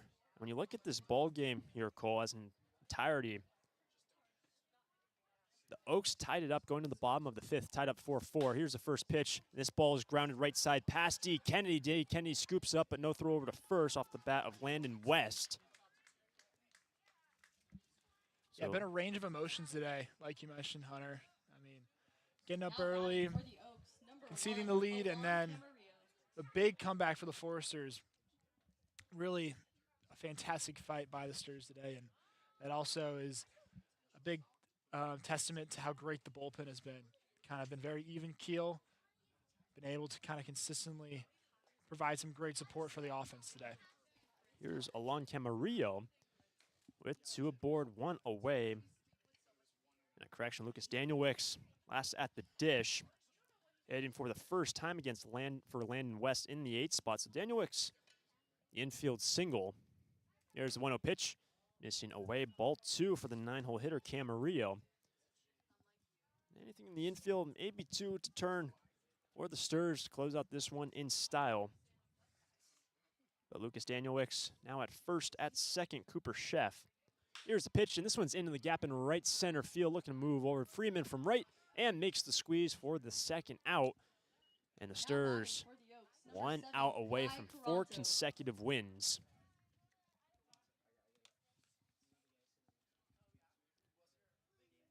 So runners hold, and at second, man at first. That's going to bring around the top of the order. Here's Kai Caranto to hit for the second time today. He had a ground up to short. He was replaced when he replaced Austin Carrillo in the 7th. 2 aboard. Sturs just looking for one more out. Pitch and a breaking ball. That was a nasty one for strike 1. I mean, the action on that ball, you're moving 2-3 zones, maybe even more. And coming from that 12-6 action, I mean, that's almost an impossible ball to hit. Reed Hensley, the second man out of the bullpen today. Tyzer Rock was phenomenal in relief. Here's the 0-1 pitch, and Caranto takes a fastball at 91, 0-2, and the Oaks down to their final strike here in game 1 of a 2-game split between the Sturs and the Oaks. Hensley coming set man at second, man at first, 2 gone. The 0-2 pitch here in the 9th, and Caranto lines this one in right center field, and that ball will get down in front of Freeman. Runner comes from second to score a run. That is an RBI single from Kai Caranto. And the score now 12-5. The Oaks tack up one more run late. The Oaks, number 19, Will White. And honestly, I don't blame Reed for going back to that curveball. It was looking great early in the inning. You know, and credit to Caranto. I mean, getting the bat and poking it out to right and keeping the Oaks alive. This is going to bring up Will White. Stand in for the second time in the same position as Caranto. Man second, man at first. And the first pitch missing at 90 from Reed Hensley. Ball 1. Still just one more out. The Sturs are looking for. It's 12-5. And all the offensive production. The last 3 games, they put up 28, 12 runs here this afternoon. The 1-0 pitch at 90, missing, high and away, ball 2. Well, unlike any person that's been involved with baseball will tell you, it's the hardest out to get. Last out of the game, man on the base path. You know, you as a pitcher just gotta stay calm and stick to the game plan. Will White struck out looking first time up. Here's the 2-0 pitch, and that misses low at 87. On deck is Jack Johnson. Third base open. Don't want to get too loose here for the Sturs, on top by 7 runs. Just looking for pop up a ground out, finish out this ball game. 3-0 pitch, and this one is chopped over to third. Charging is Ippolito and fields it over to first, and there is our ball game. 5-3 on the ground out, and the Sturs win it 12-5. Cool. Offense again, big story here this afternoon. Absolutely, and obviously it's the offense hopping out to an early lead, you know, getting cut off, and fighting back. It's the grit that was shown today that's really impressive from this Forester squad. Obviously, we've talked about how deep this team is, how talented this team is, but it's the intangibles like grit, like going out there and fighting for runs, getting extra bases on some hits, stealing and stealing well, and even adding some when they're not supposed to. That's exactly what they need to do throughout this season if they want to continue on this pace. The pitch is also phenomenal. We will try to hear from Ty Zarodnik in just a moment for our post-game interview. So we will step away for just a moment and then hopefully hear from Ty Zarodnik after his great appearance in relief this afternoon for the Sturs. We'll be right back to hear from Ty Zarodnik back at Santa Barbara High School. Take me out to the ball game. Take me out to the bookstore. Hi, this is Forester's Hall of Fame member Jim Buckley. When I'm not telling you who's batting for the Sturs, I write books for kids. Visit Chaucer's Books on Upper State Street and ask for my new graphic novel biography of Amelia Earhart or any of the great books I've written in the Who Was biography series. Titles include Muhammad Ali, the Wright brothers, Blackbeard the Pirate, Roberto Clemente, and many more. Thanks for your support of reading for kids and the Foresters. During this time of record market highs and gradual economic recovery, it's essential you have someone you can trust. For 10 consecutive years, the Santa Barbara News Press Reader's Choice Poll has awarded Tremblay Financial Services recognition for the financial guidance they provide their clients. Tremblay Financial Advisors continually educate their clients with new options and financial planning tailored fit to you. For more information or an appointment, call 569-1982 or log on to tremblayfinancial.com. Securities and advisory services offered through Centaurus Financial Inc., member FINRA and SIPC, a registered investment advisor. Tremblay Financial Services and Centaurus Financial are not affiliated companies. Investing involves risk, including potential loss of principal. No investment strategy can guarantee a profit or protect against a loss in periods of declining values.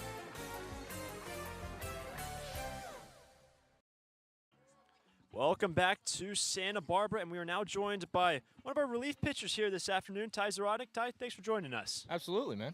Well, Ty, let's see, assess your outing so far. How would you say you pitched in 3 innings in relief? I think today was a good outing for me. Just had a lot of command of the fastball and just felt the zone a lot.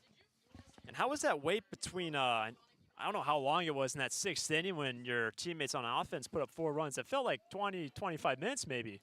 You know, I was sitting in the sun at first, and then I went and sat in the training room, so there's some shade, and I just threw some plyo ball around a little bit, keep my arm loose, and then stretched a little bit. But after that, I was completely fine. Yeah, it didn't seem to affect you at all. Is there anything mentally that you try to go through if you have a long break like that, just to keep yourself in check? Personally, me, I stay on the bench and just kind of find a focusing point to look at and just stare at and stay focused on that to keep my mind in the right mind space. And then I try to say good job to teammates, but usually just stay to myself so I don't get distracted. It makes sense. And for you, coming out of the bullpen, what's the routine for yourself if you're sitting and saying, okay, Ty, we got to get you coming hot? What's the routine to get ready to come into the ball game? So usually I just grab some bands, loosen up, stretch a little bit, stretch my legs out, stretch my hips out, make sure I'm loose and then in a nice rhythm. And then I do some dry reps on the mound just to feel the mound, feel my legs. And then I rip some plyo balls into the wall and then start loosely throwing with the catcher. And once they say get hot, then I start ripping it off the mound and get a feel of all 3 of my pitches. And then once they say I'm in the game, I just run out there. Awesome. And I know you guys had an off day yesterday and you hail from Texas. Anything that you do here in Santa Barbara to enjoy your time when you're not playing baseball? Anything you did yesterday? Yesterday we all went to the beach and just hung out there because, I mean, there's no beaches in Texas. Yeah. There is, but they got a lot of oil in the ocean there. But, no, it's nice here. I mean, it was like 75 degrees yesterday, great sun, just windy, perfect, and it was awesome. Well, Ty, we appreciate you giving us some time after the ball game. Great stuff today. It was fun to watch. Appreciate it. Thank you.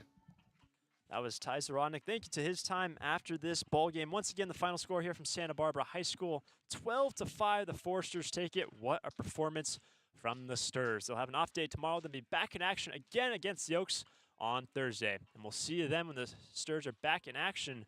So for all the crew behind the scenes and for Cole Walker, I'm Hunter Shoemake saying so long. We'll see you Thursday.